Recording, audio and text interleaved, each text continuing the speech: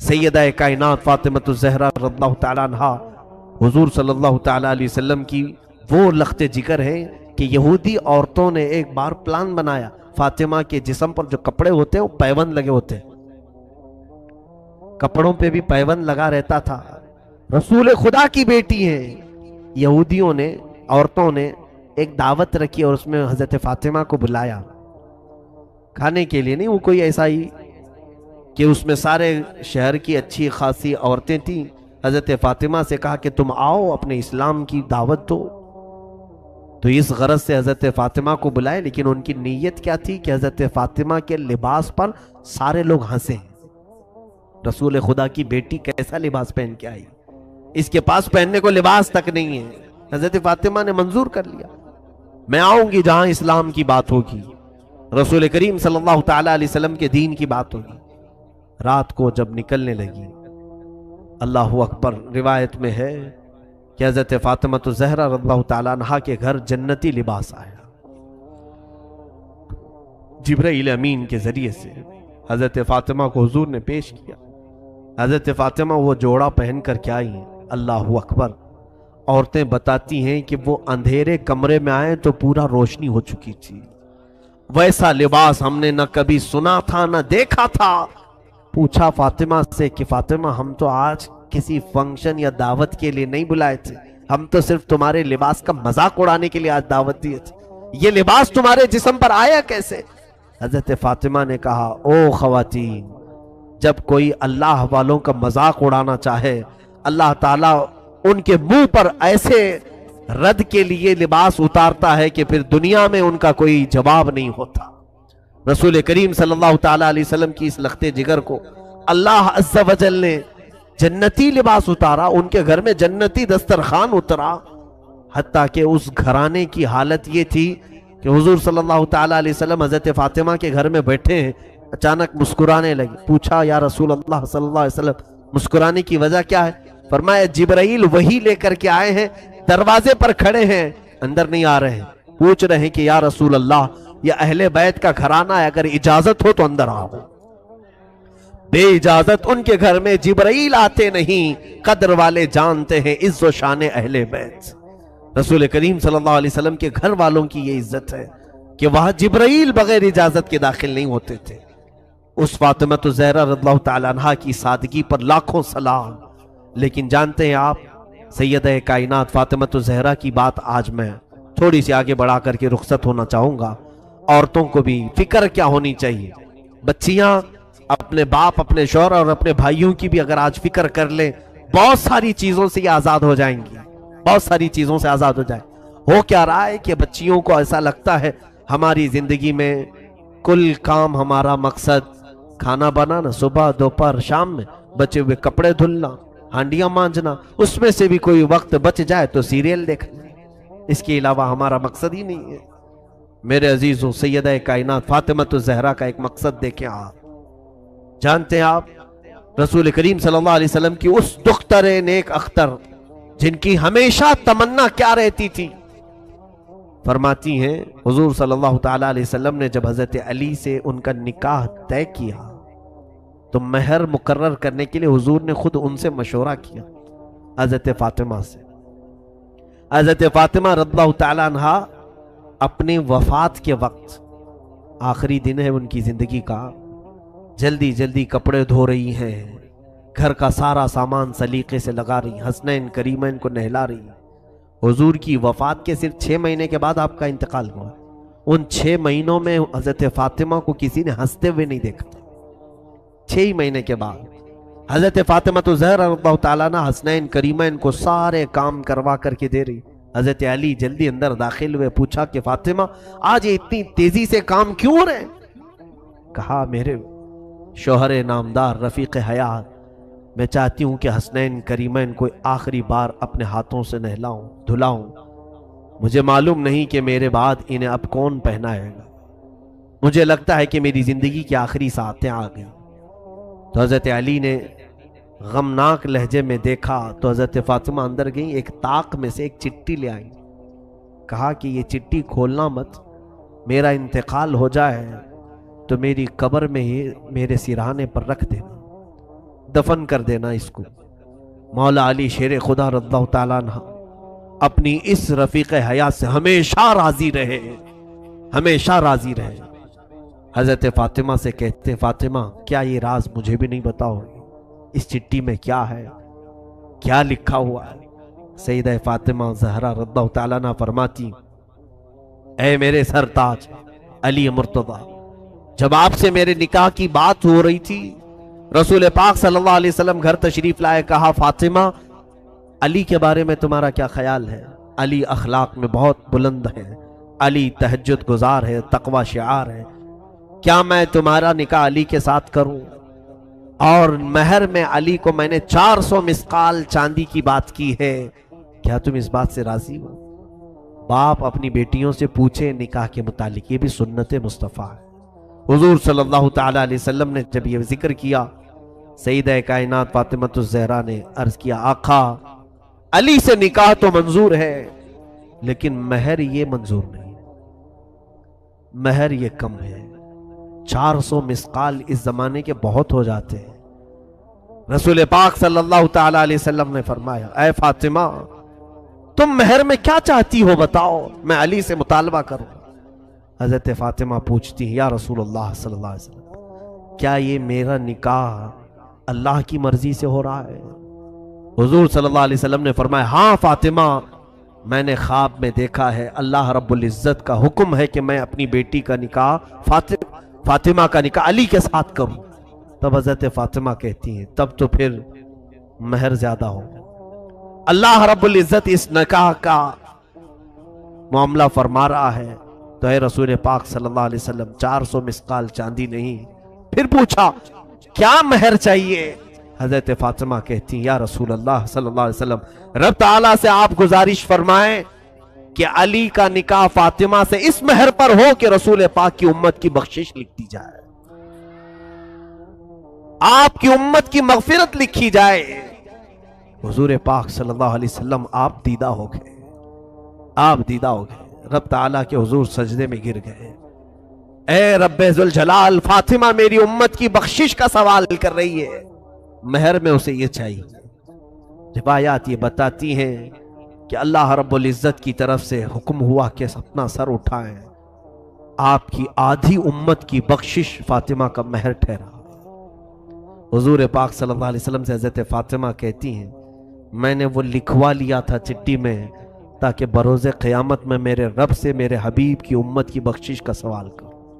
اے علی اس چٹھی میں اس کے علاوہ اور کچھ بھی نہیں ہے، یہ فاطمہ الزہرا رضی اللہ تعالیٰ عنہا کی سوچ ہے۔ اے میرے عزیزو ہم کون ہیں جو میرے آقا کی امت کی خبر رکھتے ہو؟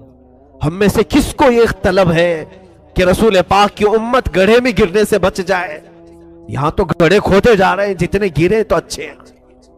ہم میں سے کون یہ چیز کی خواہش رکھتا ہے؟ خود میرے آقا صلی اللہ علیہ وسلم فرماتے من لم یہتم بامرنا فلیس منا، جس نے اس حال میں صبح کی کہ میری امت کی بھلائی کا نہیں سوچا وہ میری امت میں سے نہیں ہے۔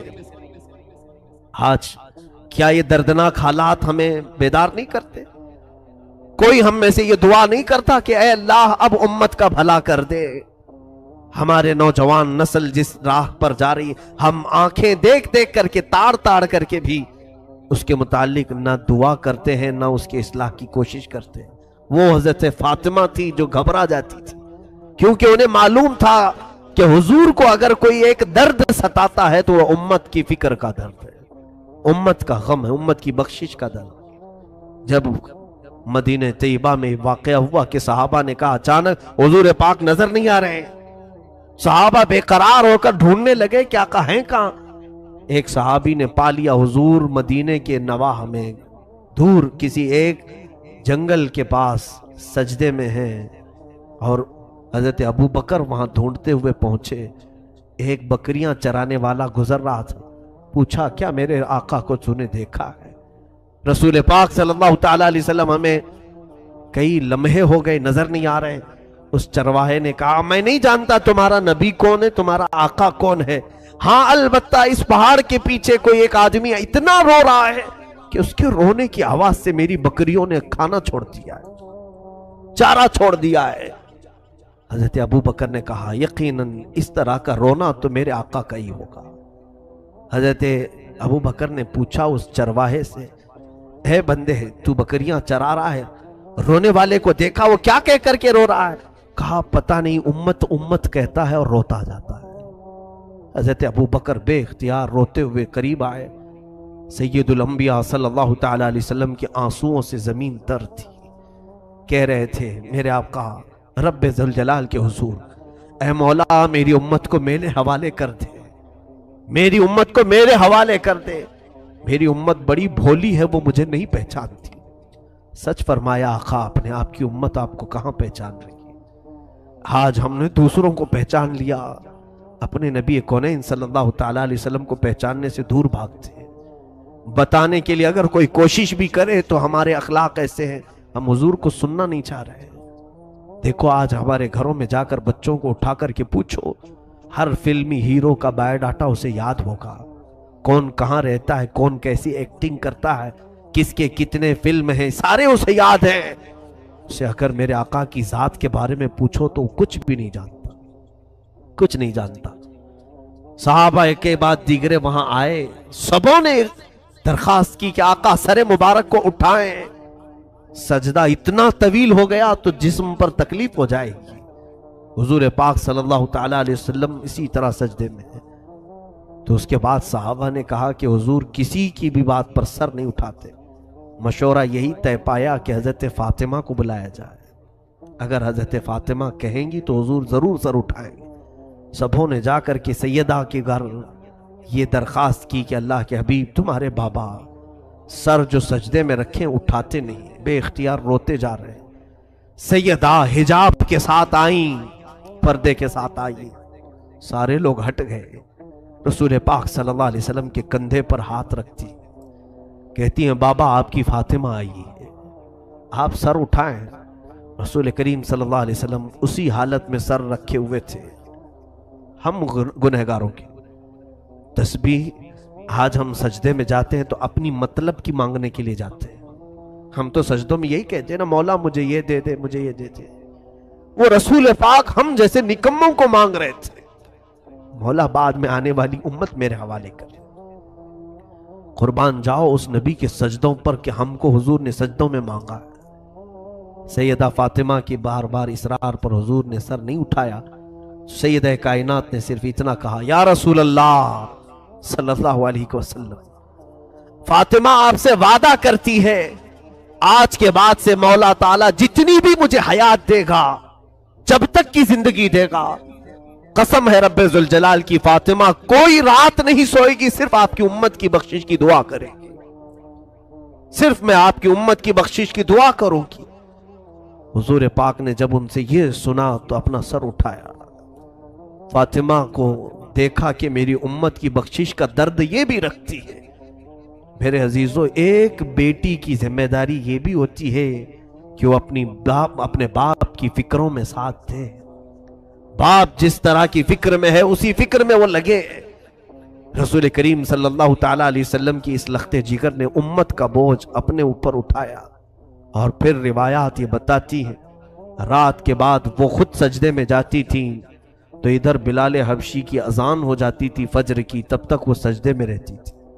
ایسی محویت کا عالم ہوتا تھا کہ وہ کہتی تھی سر اٹھا کر کے کہ راتیں بہت چھوٹی ہیں، میرا پورا سجدہ نہیں ہو پاتا۔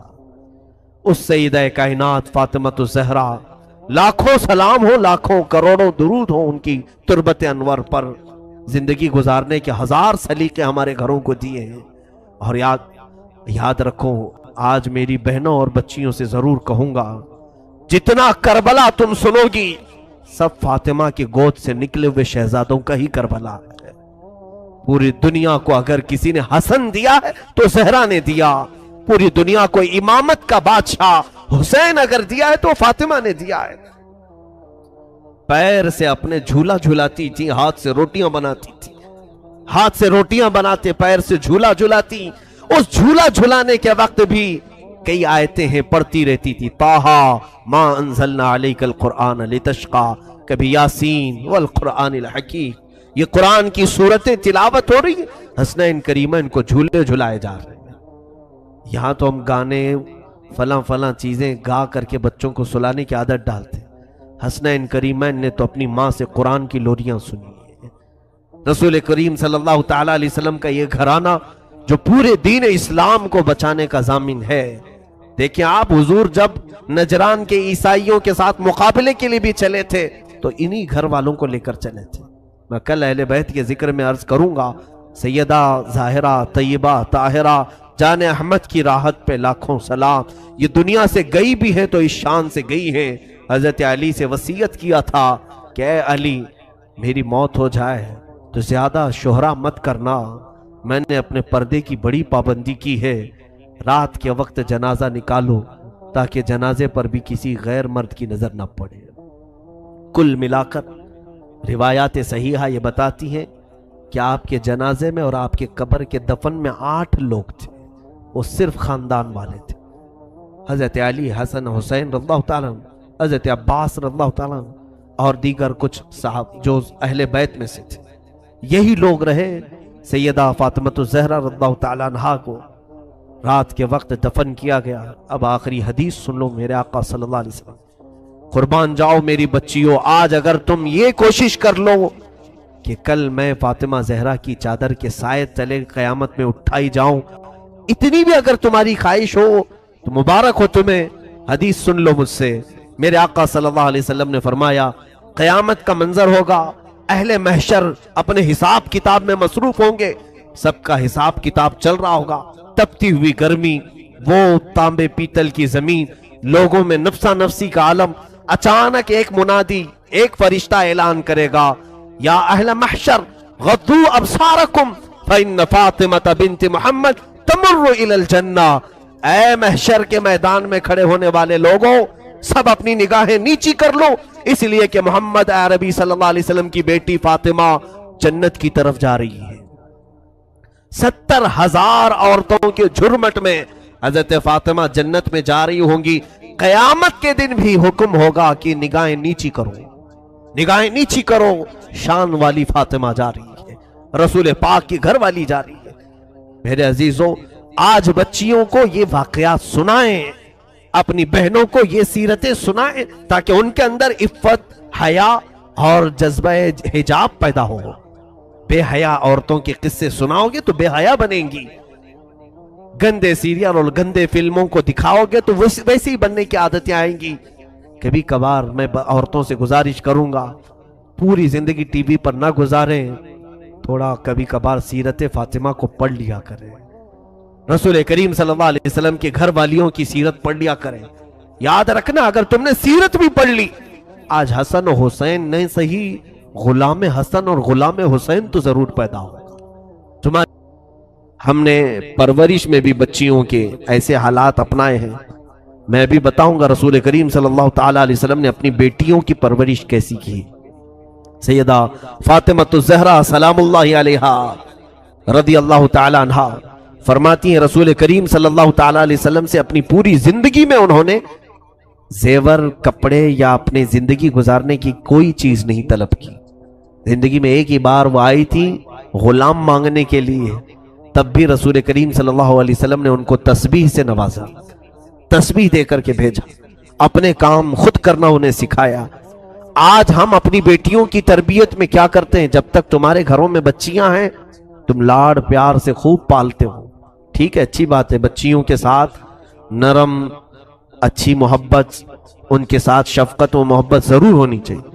لیکن امور خانہ داری اگر تم نے اسے نہیں سکھایا، میرے عزیزوں، جس گھر میں یہ بیاہ کر کے جاتی ہے اس کے شوہر کا باپ، اس کے شوہر کی ماں جتنے بھی اچھے ہوں، لیکن ساس ساس ہوتی ہے، سسر سسر ہوتا ہے. ماں اور باپ تم ہو، پھر وہاں اس کی تمام چیزوں کو دیکھا جائے گا. اگر وہ امور خانہ داری میں برابر نکلی تو وہ لوگوں کی نظر میں محبوب رہے گی، اچھی رہے گی. لیکن اکثر حالات ایسے بگڑے ہیں کہ ہم نے اپنی بچیوں کو لاڈ و پیار سے پالا، کچھ بھی نہیں سکھایا. نہ والدین کے ادب و احترام سکھائے، نہ بڑوں کے ساتھ گفتگو کرنے کے سلیقے ہم نے سکھائے، نہ لوگوں سے مل کر بات کرنے کے انداز ہم نے سکھائے. بچیاں کھیلتے کھیلتے ایسی بڑی ہو گئی کیونکہ باپ کی نظر میں 25 سال کی بیٹی بھی جو ہے وہ بچی ہی ہوتی ہے. ارے ہماری ابھی تو چھوٹی بچی ہے, تمہارے لیے بچی ہے لیکن دنیا کے لیے نہیں. بلکہ بچیاں جب تمہاری 5 سال کی ہو جائیں اسی وقت سے تم اس کی تربیت کی فکر کرنے لگ جاؤ. بلکہ اسلام نے اس سے قبل تربیت کا تمہیں سلیقہ دیا ہے. سیدہ کائنات فاطمہ الزہرا رضی اللہ تعالیٰ عنہا اس وقت اپنی ماں خدیجۃ الکبریٰ رضی اللہ تعالیٰ عنہا کو کفن پہنا رہی تھی جب ان کی عمر 3 سال کی تھی. 3 سال کی عمر تھی اس وقت وہ اپنی ماں خدیجۃ الکبریٰ رضی اللہ تعالیٰ عنہا کو کفن پہنا رہی تھی. کوئی بچی یہ کام کرے گی؟ حضور پاک صلی اللہ تعالیٰ علیہ وسلم حرم کعبہ میں آئے ہیں نماز کے لیے, سجدہ کر رہے تھے. ایک ظالم وحشی درندے نے اونٹ کی گندی وہ جڑی لا کر حضور کی پیٹھ پر ڈالا. اس وقت کوئی نہیں دیکھ رہا تھا. ننھی سی یہ فاطمہ دوڑتی ہوئی آئیں جب ان کی عمر 5 سال کی تھی, 4.5-5 سال کے بیچ میں. پوری حضور کی پیٹھ مبارکہ اپنے ہاتھوں سے صاف کیا. رسول کریم صلی اللہ تعالیٰ علیہ وسلم کو کوئی بھی چیز نہ لگے. حضرت فاطمہ تو 5 سال کی عمر میں اس کا خیال کرتی تھی. عزیزان گرامی, وہ تربیت اس انداز سے ہوئی تھی کہ امور خانہ داری میں وہ پورا کمال رکھتی تھیں. اور اس کے بعد حضور صلی اللہ تعالیٰ علیہ وسلم کی یہ بیٹیاں گھروں میں کھانا بنانا خود جانتی تھیں. حضرت خدیجہ کے انتقال کے بعد گھر پورا چلانے کی ذمہ داریاں حضور کی بیٹیوں کے اوپر تھی. حضرت فاطمہ رضی اللہ تعالیٰ عنہ نے تو 5 سال کی عمر سے ہی چولہا سنبھالا تھا. 5 سال کی عمر میں. 5 سال میں تو ہماری بچیاں صرف کھیلتی ہیں نا. میرے عزیزوں, یقیناً تمہاری محبت اپنی جگہ پر, ان کی تربیت پر توجہ تو ہو. آپ اگر ان کو سکھانے میں کچھ سختی کرتے ہو تو یہ بچیاں بعد میں تمہیں یاد کر کے فخر کریں گی کہ ہمارے ماں باپ نے ہمیں زیور اخلاق سے نوازا ہے. اگر تم شادی میں انہیں زیور نہیں بھی دیے, اخلاق کی دولت دیا, تو پھر یہ پوری زندگی بھر اس جیسی عورت کوئی کہیں نہیں ملے گی.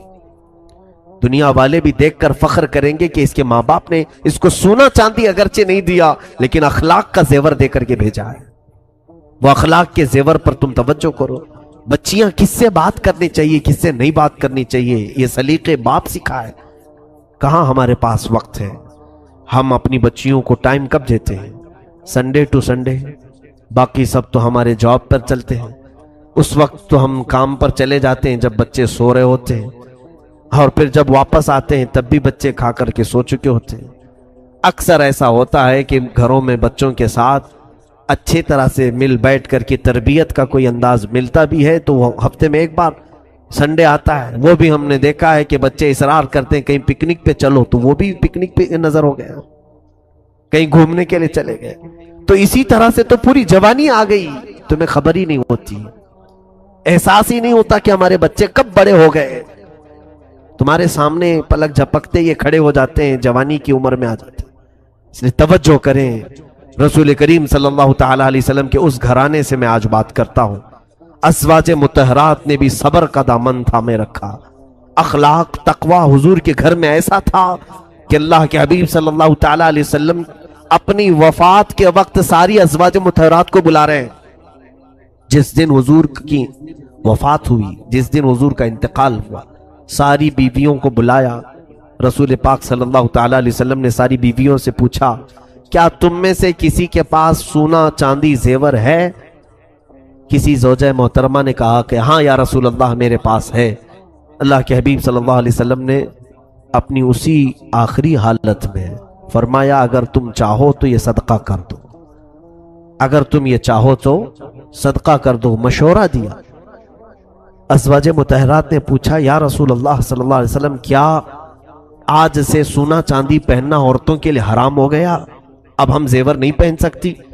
رسول کریم صلی اللہ علیہ وسلم نے فرمایا, نہیں, حرام نہیں ہے, زیور پہن سکتی ہیں عورتیں, لیکن اے میری بیویوں, میں یہ چاہتا ہوں کہ میں رب کے حضور حاضر ہو رہا ہوں, میں اپنے رب کی بارگاہ میں اب جا رہا ہوں, میرے جانے کا وقت آ گیا. میں یہ چاہتا ہوں کہ میں اپنے رب سے اس حال میں نہ ملاقات کروں کہ میرے گھر میں سونا چاندی پڑا ہوا ہو. میں کسی چیز کا مالک بن کر کے میرے مولا کے حضور نہیں جانا چاہتا. فقر اللہ کو پسند ہے, میں فقیر بن کر اللہ کے حضور حاضر ہونا چاہتا ہوں. رب تبارک تعالیٰ کے حضور حضور صلی اللہ تعالیٰ علیہ وسلم نے اپنے آخری آخری دن بھی ازواج مطہرات کو کس چیز کی تلقین فرمائی؟ یہی مال و دولت کی محبت اپنے دل میں نہ رکھو۔ میں عورتوں سے آج تھوڑی دیر گفتگو کروں۔ اگر دیکھیں آپ، عورتیں اگر پیسے تمہارے جیب سے لے کر بچا بھی لیتی ہیں، کس لیے بچاتی ہیں؟ ان کے شوق کھانے پینے کے کم ہوتے ہیں، باہر جا کر کے اڑائیں، وہ چند ہوتی ہوں گی، لیکن اکثر عورتوں کا شوق سونا خریدنا ہے، سونا خریدنا ہے، چاندی خریدنا ہے، اور یہ کوڑی کوڑی جمع کر کے خرید بھی لیتی ہے، یا تو کسی کا شوہر اس کو فورس کر کے یا ماں باپ کو فورس کر کے سونا چاندی جمع کرو، پہنو میری بچیوں، پہنو، زیور تمہارے لیے اللہ نے بنائے، زینت تمہارے لیے ہے، لیکن تمہاری کل زندگی زیور کے لیے نہیں ہے۔ تمہارا اصلی زیور تو تمہاری حیا ہے، تمہارے اخلاق تمہاری اصلی زیور ہے۔ یہ جو ہار ہے، یہ جو کانوں کی بالیاں ہیں، یہ چوڑیاں ہیں، یہ اگر ٹوٹ بھی گئی پھر دوبارہ کسی سونار کے پاس جاؤ بنا لو، یا پیسے مل جائیں تو پھر خرید لو، سونا چاندی آتے جاتے رہتے۔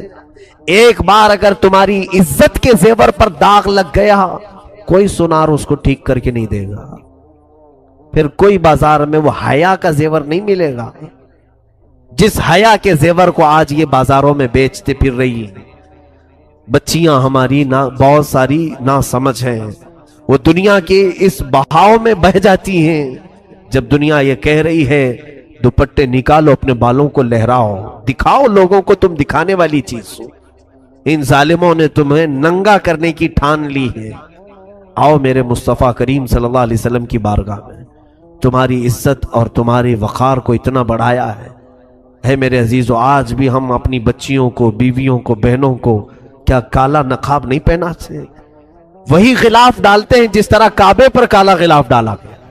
عظمت والی چیزوں پر ہم پردہ ڈال کر رکھتے ہیں، عظمت والی چیزوں پر ہم غلاف ڈال کر کے رکھتے ہیں۔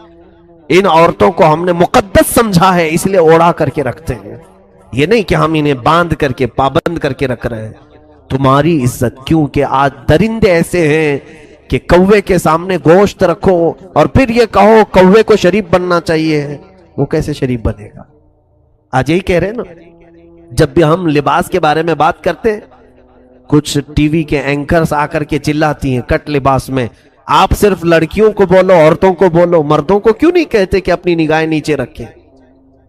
میرے عزیزو، قرآن تو بہت پہلے ہی فرمایا ہے کہ مردوں کو نگاہیں نیچی رکھیں، ساتھ میں تمہیں بھی کہا ہے کہ تم اپنی ساری چیزیں ڈھانک کر کے رکھو، اس لیے کہ نگاہیں نیچی شریف آدمی رکھے گا، اور شریر آدمی اور بدماش تو اپنی آنکھیں صرف اسی لیے پھیلاتا رہے گا کہ اسے کہاں چھیتڑے ملیں گے، کہاں اس کو غلاظت ملے گی۔ اور تم کووں کو اگر کہہ دو کہ شریف بن کر کے رہو، ہم گوشت اوپر کھلا رکھے ہوئے، کتنے کوے شریف نکلیں گے؟ کسی سے اگر تمہاری برادری ہو، تعلق ہو، تو وہ کوا ہو سکتا ہے گوشت چھوڑ کے چلا جائے، ورنہ تو کوے کے اندر ہرس ہے، لالچ ہے، وہ ٹھوک مارے گا، گوشت اٹھا لے جائے گا۔ آج ہماری بچیوں کے ساتھ جو ریپ کے کیسز بڑھتے جا رہے ہیں، اس کی ایک اہم وجہ یہ بھی ہے ان کا اظہار، ماڈرن کلچر۔ میرے عزیزو، میری یہ بات جو ہے نان مسلم بھی ایکسیپٹ کرتے ہیں، بہت سارے ہیں، بہت سارے جو مسلمان نہیں ہیں وہ بھی اس بات کو سراہتے ہیں۔ حقیقت ہمارا جو کلچر ہے، ہمارا جو مشرقی کلچر ہے، یہ اس میں الحمدللہ بہت عافیت ہے۔ اگر تم ماڈرن کلچر کی بات کر کے مغربی تہذیب کو لانا چاہتے ہو، ویسٹرن کلچر، تو اس میں تو یہ ہے کہ ماں کون ہے وہ بھی بچے کو معلوم نہیں، باپ کتنے ہیں وہ بھی معلوم نہیں۔ اس کلچر کو تم پسند کرتے ہو جہاں گدھے اور بیل، کتے اتنا نہیں زنا کرتے ہوں گے جتنا مرد اور عورتیں سڑکوں پر کرتے ہیں۔ کیا وہ کلچر تمہیں پسند ہے؟ جنگل کی طرح اگر جانوروں کی طرح جینا پسند ہے تو پھر معاشرے میں رہنے کا مطلب کیا ہے؟ میرے عزیزو، اسلام کے اقدار کو سمجھو، اسلام نے تمہیں عزتوں سے نوازا ہے۔ مرد یقیناً اپنی نگاہوں کی حفاظت کرے، لیکن بچیاں اپنے جسموں کو ڈھانکیں، اپنے جسموں کی نمائش نہ کریں۔ حدیث پاک میں ہے جو عورت صرف خوشبو لگا کر اس لیے نکلتی ہے، خوشبو لگانا منع نہیں ہے، لیکن اس کی نیت اگر یہ ہے کہ بازار میں لوگ میری طرف متوجہ ہو جائیں، میری خوشبو کو سونگھیں، سپرے لگا کر، پرفیوم لگا کر عورتیں جس طرح سے چلیں، حدیث پاک میں موجود ہے فرمایا رسول کریم صلی اللہ علیہ وسلم نے کہ وہ زنا کرنے والی عورت، کہ اس نے لوگوں کو زنا کی دعوت دی، کتنوں کی خواہشوں کو بھڑکایا، کتنوں کی نگاہوں کو خراب کیا، یہ مرکز گناہ بن جاتی ہے۔ اور ایک حدیث پاک میں اگر کسی اجنبی مرد نے تمہارے جسم کو بلا حجاب چھوا، زنا بہت دور کی بات ہے، ایک عورت کے ساتھ دوسرا مرد اگر بغیر کسی شرعی تعلق کے چھوا ہے، چھونے کی بات آئی ہے، زنا کی نہیں، چھوا ہے، تو اس عورت پر قبر میں اللہ تعالیٰ 99 سانپ مسلط کرے گا۔ اس میں سے ایک سانپ اتنا قوت والا کہ وہ صرف پونچھ اگر پہاڑ پہ مارے تو پہاڑ پھٹ جائے گا، وہ اس عورت کی قبر پر سانپ مسلط کیے جائیں گے۔ تو اپنے جسم کو کسی کے حوالے ہرگز نہ کرو جب تک تمہارا نکاح نہ ہو جائے۔ اللہ تعالیٰ کی امانت ہو تم، ہماری بچیاں یہ دین اسلام کی امانت ہے، بلکہ میں تو کہتا ہوں رسول پاک صلی اللہ تعالیٰ علیہ وسلم کی عزت تمہارے دوپٹوں کے ساتھ ہے۔ تم نے اگر نکال پھینکا تو لوگ صرف تمہارے نام کو نہیں کوسیں گے، سیدھے فاطمہ زہرا کی کنیز کو بھی کوسنا شروع کریں گے کہ یہ نام اس کا فاطمہ ہے، نام اس کا آمنہ ہے، نام اس کا خدیجہ ہے، لیکن اس کا تعلق اخلاق سے کوئی بھی نظر نہیں آتا۔ عزیزان گرامی، میں بچیوں سے کہہ رہا تھا سونے اور چاندی کے اکٹھا کرنے میں جو دن اور رات لگا کر پیسے جمع کرتی، ٹھیک ہے جمع کر لیا، سونا بھی جمع کیا، چاندی بھی جمع کیا، پتہ ہے میں نے دیکھا ہے، اور جب اس کا انتقال ہو جاتا ہے گھر میں پردہ کر لیا گیا، ایک خاتون کا انتقال ہو گیا ہے، سب سے پہلے گھر کی عورتیں، بچیاں ہوں اس کی یا بہنیں ہوں یا اس کے رشتہ دار ہوں، آ کر کے سب سے پہلے وہی سونا نکالتی ہیں اس کے کانوں سے، اس کے گلے سے وہ ہار نکال لیتی ہیں، اس کے ہاتھوں سے وہ چوڑیاں نکال لیتی ہیں، پائل نکال لیے جاتے ہیں۔ تمہاری روح کیا نکلی کہ تمہارے گھر والے تمہارا پورا سونا تم سے سلب کر لیے، جس کے لیے تم کوڑی کوڑی جمع کرتے تھے۔ لیکن مجھے بتاؤ کہ جس بچی نے قرآن پاک کی کوئی سورہ یاد کی اور اس کی روح نکلی، مجال ہے پوری دنیا میں کہ کوئی آ کر کے تمہارے سینے سے وہ چھین کے دکھائے، نکال سکتا ہے کوئی؟ تمہارے سینے میں وہ جو چیز محفوظ تھی وہ قبر میں بھی رہے گی۔ بلکہ حدیث پاک میں یہ ہے کہ جس نے قرآن کے حلال کو حلال سمجھا اور اس کے حرام کو حرام سمجھا، اور اس کے پاس سینے میں قرآن کا کوئی حصہ محفوظ رہا، تو اس سینے کو قبر کی مٹی بھی نہیں کھائے گی۔ دنیا والے تو چھوڑے، یہاں جس زیور کے لیے آج بچیاں ہماری جان توڑ کوشش کر رہی، میں کہتا ہوں خاطر خواہ زیور اگر تمہیں مل جائے، ایک میانہ روی، بہت زیادہ بھی نہ ہو اور بہت زیادہ بخالت بھی نہ ہو، اگر ہے تمہارے پاس مال تو جتنا تم اپنے سٹیٹس کو دیکھو، اپنے درجات کو دیکھو، اسی اعتبار سے اپنے زیور کو خریدو اور استعمال کرو۔ میں حرام بھی نہیں کہہ رہا ہوں، عورتیں ضرور اپنی بالیاں پہنے، چوڑیاں پہنے، ہار پہنے، ہم تو عورتوں کو زینت کے لیے یہ تمام چیزیں دلا بھی سکتے ہیں، لیکن درمیانی راستہ اختیار کریں، اس میں اتنا بھی زیادہ نہ ہو کہ کوئی غریب بچی دیکھ کر کے للچانے لگ جائے، کاش میرے پاس مال ہوتا میں بھی ایک بڑا ہار لے لیتی۔ ایسا بھی نہ ہو کہ کئی بچیاں ہمارے نکاح میں چلی جاتی ہیں، ان کے پاس ایک چھوٹی سی بالی بھی نہیں ہوتی کان کی۔ ان کے لیے ایسا وقت نہ آئے کہ تمہیں دیکھ کر کے وہ افسوس کرنے لگے۔ عزیزان گرامی، میانہ روی اختیار کریں، درمیانہ راستہ اختیار کریں۔ رسول کریم صلی اللہ تعالیٰ علیہ وسلم کے اس گھرانے میں کبھی ایسا ہوا ہے کہ حضور صلی اللہ تعالیٰ علیہ وسلم تشریف لائے ہیں، 3 دن تک 4 دن تک کسی بھی زوجہ مطہرہ کے گھر میں چولہا نہیں جلایا جاتا، کھانا ہی نہیں بنتا تھا، یا تو وہ روزے سے ہوتی ہو یا تو فاقے سے ہوتی، لیکن شکایت کبھی نہیں کرتی۔ عورتیں یہ بھی سیکھیں کہ مرد کی تمام حالتیں ہمیشہ ایک طرح کی نہیں ہوتی۔ آج جب تمہارا نکاح ہوا تھا، تمہارا شوہر نوکری پر تھا، بزنس کرتا تھا، اچانک مندی آ گئی یا پھر اس کی نوکری چھوٹ گئی، تو کیا عورتیں اس مرد کو چھوڑ دیں گی؟ عورتیں اس مرد کو ہمیشہ کے لیے چھوڑ کر بھاگ جائیں گی؟ کیا اب یہ کماتا نہیں ہے، کچھ پیسے نہیں لاتا ہے؟ ایسے کئی معاملات ہم نے بھی دیکھے ہیں۔ 25 سال کھلایا لیکن اب اس کی طاقت میں کمی آ گئی، کچھ تو ہوا جس کی وجہ سے اب کام کاج نہیں کرتا، تو عورتیں ہر جگہ جا کر کے شہرا کرتی ہیں، میرا شوہر ناکارہ ہے، نکما ہے، کچھ کام نہیں کرتا۔ بخاری شریف کی حدیث میں کل ہی پڑھ رہا تھا، رسول کریم صلی اللہ علیہ وسلم نے فرمایا میں نے جہنم میں سب سے زیادہ عورتوں کو دیکھا۔ صحابہ نے پوچھا یا رسول اللہ صلی اللہ علیہ وسلم کس وجہ سے؟ حضور فرماتے ہن یکفرن العشیر، وہ اپنے شوہروں کی نافرمانی کی وجہ سے۔ پوچھا کہ کیا کرتی ہیں وہ شوہروں کے ساتھ؟ حضور صلی اللہ تعالی علیہ وسلم فرماتے ہیں کہ اذا احسنت احداہن الی احداہن الدہر، یعنی جب تم ان میں سے کسی ایک کے ساتھ پورا زمانہ بھر احسان کرو، زندگی بھر تم اس کے ساتھ احسان کرو، پھر جب تم میں سے ایک چیز اگر اس کو نہیں ملی تو کہتی ہے کہ میں نے تیرے ساتھ کبھی بھلائی دیکھی نہیں، تو نے کبھی کچھ اچھا کام کیا ہی نہیں میرے ساتھ۔ یہ جملہ عورتوں کا انہیں دوزخ میں لے جائے۔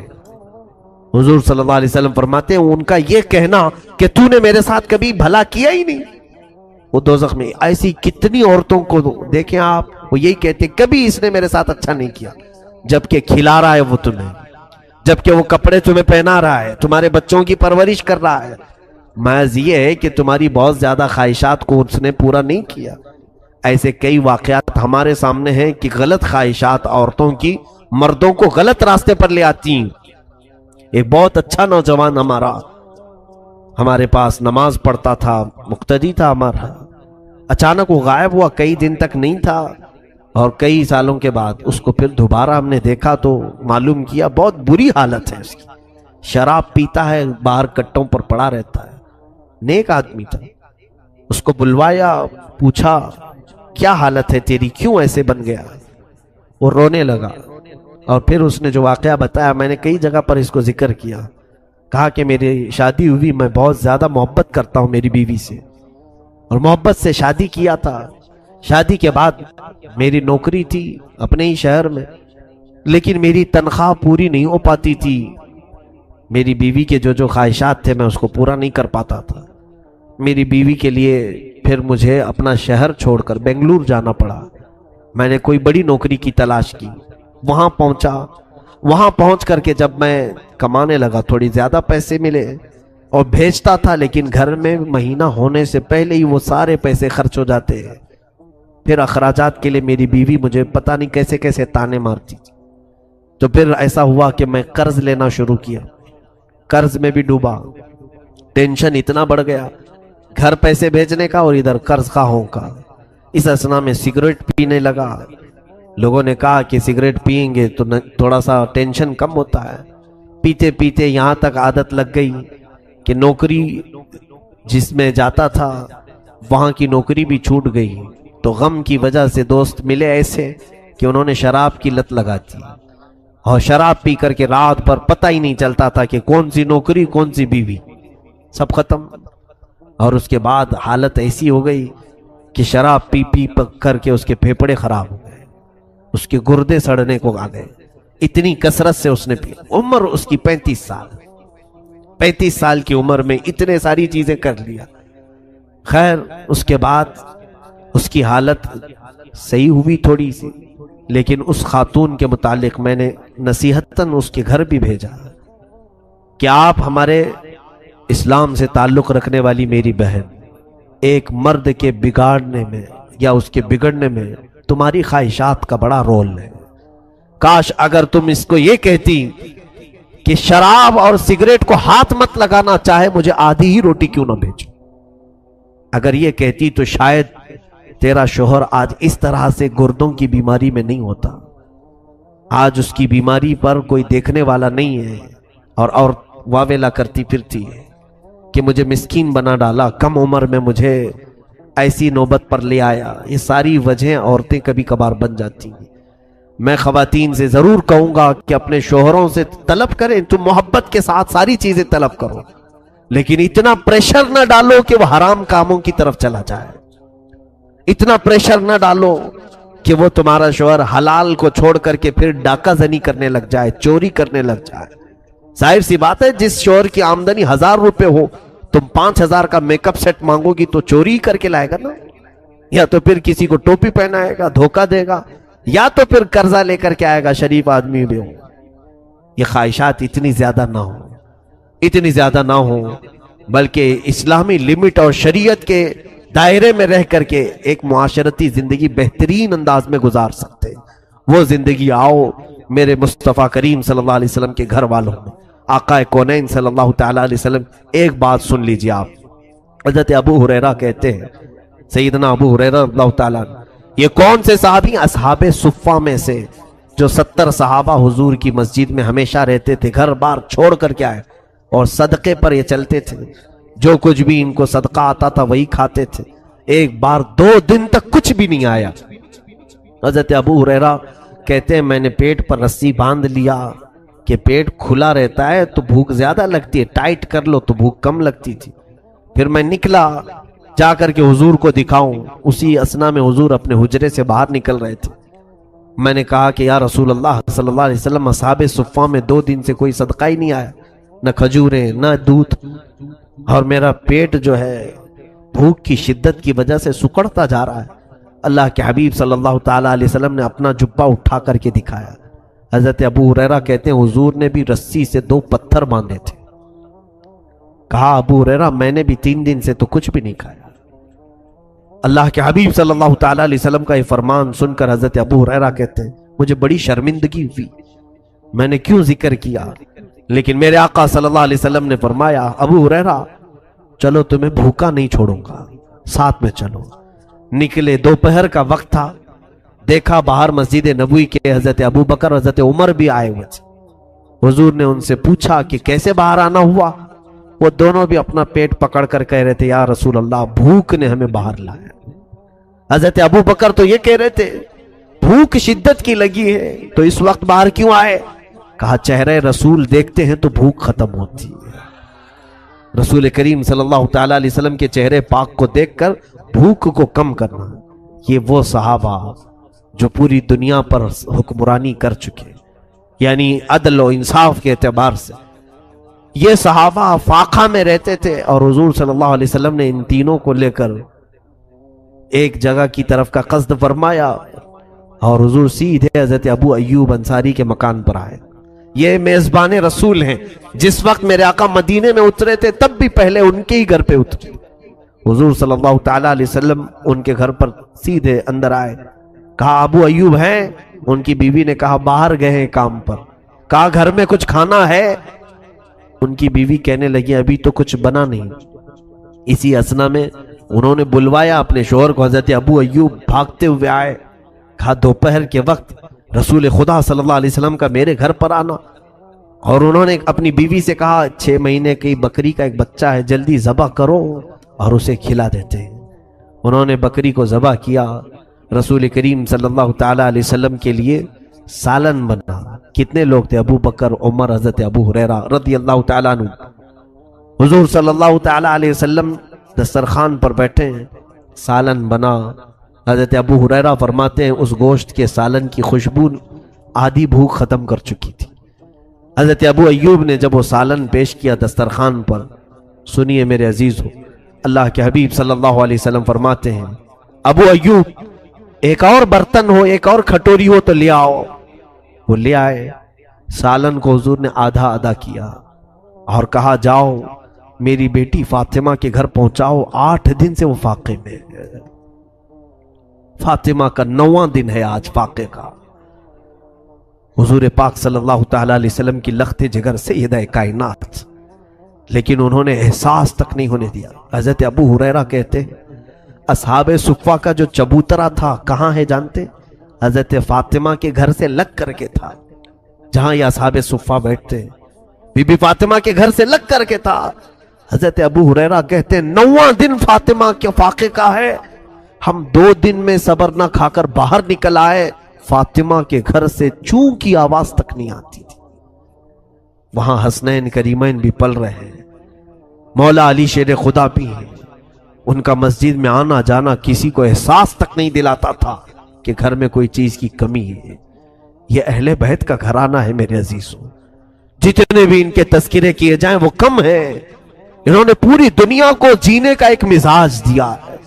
آج سب سے زیادہ اگر ہم اپنے اندر کی خرابیاں ختم کر سکتے ہیں تو دو چیزیں، قناعت اختیار کرو، جتنا ملے اس پر صبر، اس کو قناعت کہتے ہیں۔ آج رب تبارک و تعالیٰ نے مجھے جو دیا ہے یہ بہت ہے، کافی ہے، یہ ایک بار کہہ کر کے تو دیکھو، مولا تعالیٰ بے انتہا پھر تمہیں نوازتا ہی رہے گا۔ ہر بندہ یہ کیا کہتا ہے، ابھی بس نہیں ہوا، ارے اتنے سے تھوڑی نہ چلتا ہے۔ ایک نوکری کرنے والا پھر آ کر کے کہتا ہے حضرت اور ایک نوکری کرنا چاہتا ہوں خالی ٹائم میں۔ کہا اتنے سے کافی نہیں ہو رہا ہے، کہاں اتنے سے ہو پائے گا، ممبئی کی مہنگائی ہے، جبکہ کھانا پانی ساری چیزیں چل رہی ہیں۔ قناعت کرنا کا اگر تمہارے اندر مزاج پیدا ہو گیا تو یہی تمہارے اسی انکم کو اللہ تعالیٰ اتنی بڑی بنائے گا کہ تم اپنا گھر چلا کر کے بھی کئی لوگوں کو قرضے دیتے رہو گے۔ برکت اس کا نام ہے، برکت کثرت کا نام نہیں۔ آپ اگر یہ سوچ کر کے بیٹھے ہوئے ہیں کہ اگر آپ کی تنخواہ آج 25,000 ہے اور پڑوسی کی تنخواہ 1,00,000 ہے تو یہ مت کہنا کیا برکت ہے اس کے گھر، برکت نہیں، اس کے گھر میں کثرت ہے۔ کثرت یعنی بہت زیادہ ہے، زیادہ ہونے کو برکت نہیں کہتے۔ اگر تم 25,000 میں کھا پی کر کے کسی کے محتاج نہیں تو اس 1,00,000 سے تمہارے 25 بہتر ہے، تمہارے پاس برکت ہے۔ تو یہ چیز اللہ کی بارگاہ میں طلب کرو کہ مولا جتنا تو عطا کرے اس پر مجھے صبر عطا کر۔ یا عورتیں بھی، مرد بھی، بچے بھی۔ بچوں کی تربیت میں ایک خاص عنصر یہ جو ہمارا ہوتا ہے، یہ ضروری نہیں کہ تمہارے بچے جو بھی طلب کریں فوراً اس کو حاضر کر دو۔ یہ ہم لوگ چاہتے ہیں نا، کچھ لوگ تو کہتے ہیں ہماری کمائی آخر ہے کس کے لیے، انہی کے لیے تو ہے، جو مانگے وہ لا کر کے دے دو، جو طلب کرے وہ لا کر کے دے دو۔ یہ بری خصلت بچوں میں ہم نے ڈالی۔ اس کے بعد ہوتا یہ ہے کہ باپ سے تو مانگ سکتے ہیں لیکن پھر بعد میں دوسروں سے جب یہ وہی چیز مانگنے لگ جاتے ہیں ان کے منہ بگڑ جاتے ہیں۔ کیسی عورت ہے یہ کہ صرف مانگتی رہتی ہے، منہ کھلتا ہی رہتا ہے، کیوں؟ اس کا قصور کیا ہے؟ آج وہ شوہر سے جو مانگ رہی ہے اس کی عادت اس کے باپ نے ڈال کر رکھی تھی، وہ بار بار پوچھتی تھی، باپ ہر چیز لا کر کے دے دیتا تھا۔ کبھی کبھار بچیوں کو یہ بھی صبر سکھائیں، جیسے رسول کریم صلی اللہ علیہ وسلم چاہتے تو اپنی بیٹی کو 1 نہیں 10 خادم دے سکتے تھے۔ میری فاطمہ عیش سے زندگی گزارے، بدر کے قیدی غلام بنا کر کے دیے جا رہے تھے، حضرت فاطمہ کو حضور 10 غلام دے سکتے، اور صحابہ کو اعتراض کیا ہوتا؟ جنتی خواتین کی سردار کے گھر میں اگر 10 خادم کام کر رہے، فخر سے کام کر سکتے تھے، لیکن حضور نے کیا کہہ کر کے بھیجا؟ فاطمہ جاؤ صبر کرو، تھکن زیادہ ہو جائے تو رات میں تسبیح پڑھو۔ کبھی کبھار بچیوں کو یہ بھی تلقین کرو، ہر دن اگر اچھے کھانے کی عادت ہمارے پاس ہے تو جان بوجھ کر کے کبھی ہلکا کھانا انہیں کھلانے کی عادت ڈالو، تاکہ برے اوقات میں انہیں صبر کرنے کا سلیقہ آ جائے، برے اوقات میں ان کو صبر کرنے کا طریقہ آ جائے۔ مجھے بات یاد آتی ہے، میں میری تعریف کے لیے نہیں کہہ رہا ہوں، بچپن میں خود ہمارے گھر کی حالت ایسی کہ الحمدللہ ہمیں کبھی کسی چیز کی کمی نہیں ہونے دی۔ میرے والد محترم بڑے عالم دین تھے، لیکن کئی اوقات ایسے ہوتے کہ ہماری والدہ کو یا بہنوں کو کچن میں جانے سے روک دیتے کہ آج کھانا نہیں بنے گا، کوئی کھانا نہیں بنائیں گے، باقی سارے لوگ کیا کھائیں گے؟ سارے لوگوں کو چوڑا ہوتا ہے اس میں کیلا پیس کر کے وہی کھلا دیتے، سخت ترین ہوتا، چبانے کے لیے کتنا ٹائم لگ جاتا۔ یہ آج ہمیں احساس ہوتا ہے کہ کبھی کبھار یہ سخت چیزیں بھی ان کے حلق سے اتارو تاکہ زندگی گزارنے کے ان کو سلیقے آ جائیں گے، کیونکہ وقت زندگی میں ہمیشہ ایک طرح نہیں ہوتا۔ کبھی تم سب لٹ گئے، اگر کہیں تمہارے اوپر اچانک غریبی آ گئی تو یہ جو چٹخارے لگے ہوئے زبان کے پھر کیا کرو گے؟ روز اچھے کھانے کے جو مزے لگے ہوئے ہیں، اچانک اگر تمہارے پاس مال نہیں ہوگا تو پھر شیطان تمہارے اندر یہ کوشش کرنے کی یہ عادت ڈالنے کی کوشش کرے گا کہ چلو فلاں جگہ چوری کر لو تو تمہاری زبان کو سکون مل جائے گا۔ پھر آدمی اپنی لذتوں کے لیے یا تو کسی کو دھوکہ دیتا ہے یا چوری کرتا ہے، حتیٰ کہ کئی ایسے لوگ آج دنیا میں ہیں جو اپنے جسم بیچنے کا کاروبار بھی صرف اس لیے کر رہے ہیں کہ ان کی خواہشات بڑی ہیں، ان کی خواہشات زیادہ ہیں۔ اسی لیے قرآن پاک میں اللہ نے فرمایا ارأیت من اتخذ الہہ ہوا، اے محبوب آپ نے نہیں دیکھا ان لوگوں کو جنہوں نے اپنی خواہشات کو ہی اپنا خدا بنا لیا ہے؟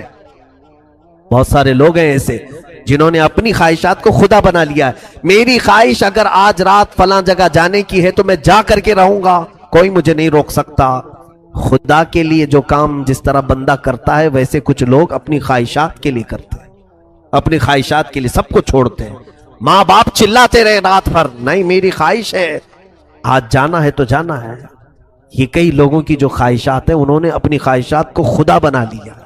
اور اللہ تعالیٰ کیا فرماتا ہے؟ رب تعالیٰ اپنے حبیب صلی اللہ تعالیٰ علیہ وسلم کو فرماتا ہے کہ اے نبی آپ ایسے لوگوں کی حمایت کریں گے؟ ہرگز نہ کرنا ایسے لوگوں کی حمایت، ایسے لوگوں کی حمایت نہ کریں۔ حضور کو اللہ تعالیٰ منع فرما رہا ہے جو صرف خواہش کے پیچھے لگے رہتے ہیں، صرف خواہش کے پیچھے۔ قربان کرو میرے عزیزوں، کچھ چیزوں میں صبر کرنا سیکھو۔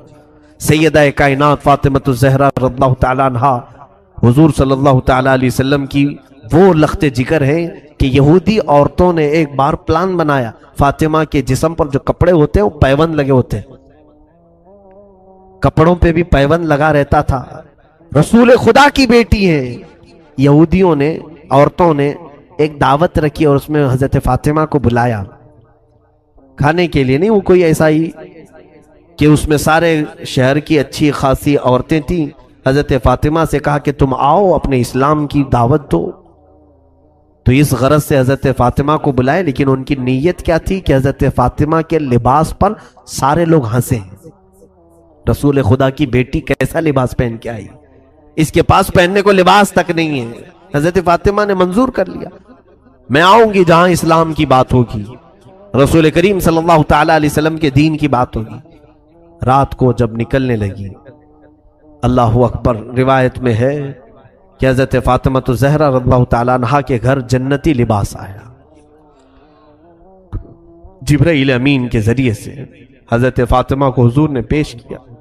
حضرت فاطمہ وہ جوڑا پہن کر کے آئی ہیں، اللہ اکبر۔ عورتیں بتاتی ہیں کہ وہ اندھیرے کمرے میں آئے تو پورا روشنی ہو چکی تھی، ویسا لباس ہم نے نہ کبھی سنا تھا نہ دیکھا تھا۔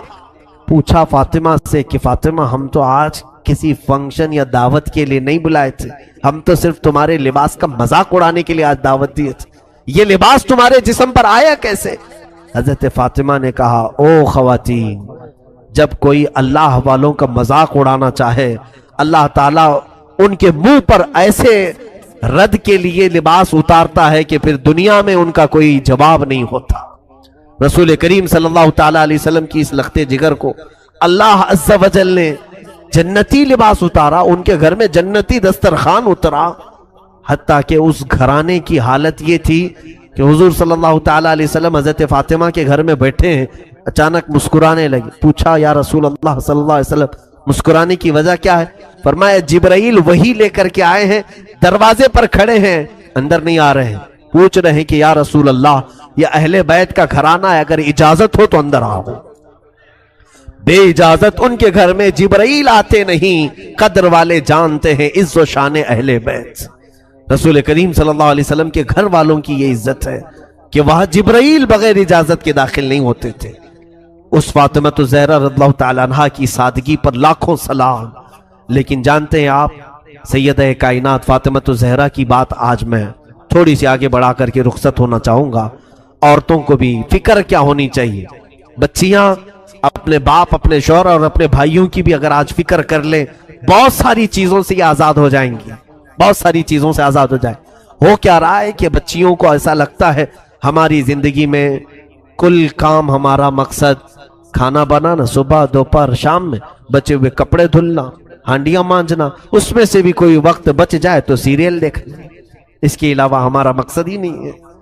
میرے عزیزوں، سیدہ کائنات فاطمہ الزہرا کا ایک مقصد دیکھیں آپ، جانتے ہیں آپ رسول کریم صلی اللہ علیہ وسلم کی اس دختر نیک اختر جن کی ہمیشہ تمنا کیا رہتی تھی، فرماتی ہیں حضور صلی اللہ تعالیٰ علیہ وسلم نے جب حضرت علی سے ان کا نکاح طے کیا تو مہر مقرر کرنے کے لیے حضور نے خود ان سے مشورہ کیا، حضرت فاطمہ سے۔ حضرت فاطمہ رضی اللہ تعالیٰ عنہا اپنی وفات کے وقت، آخری دن ہے ان کی زندگی کا، جلدی جلدی کپڑے دھو رہی ہیں، گھر کا سارا سامان سلیقے سے لگا رہی، حسنین کریمین کو نہلا رہی۔ حضور کی وفات کے صرف 6 مہینے کے بعد آپ کا انتقال ہوا۔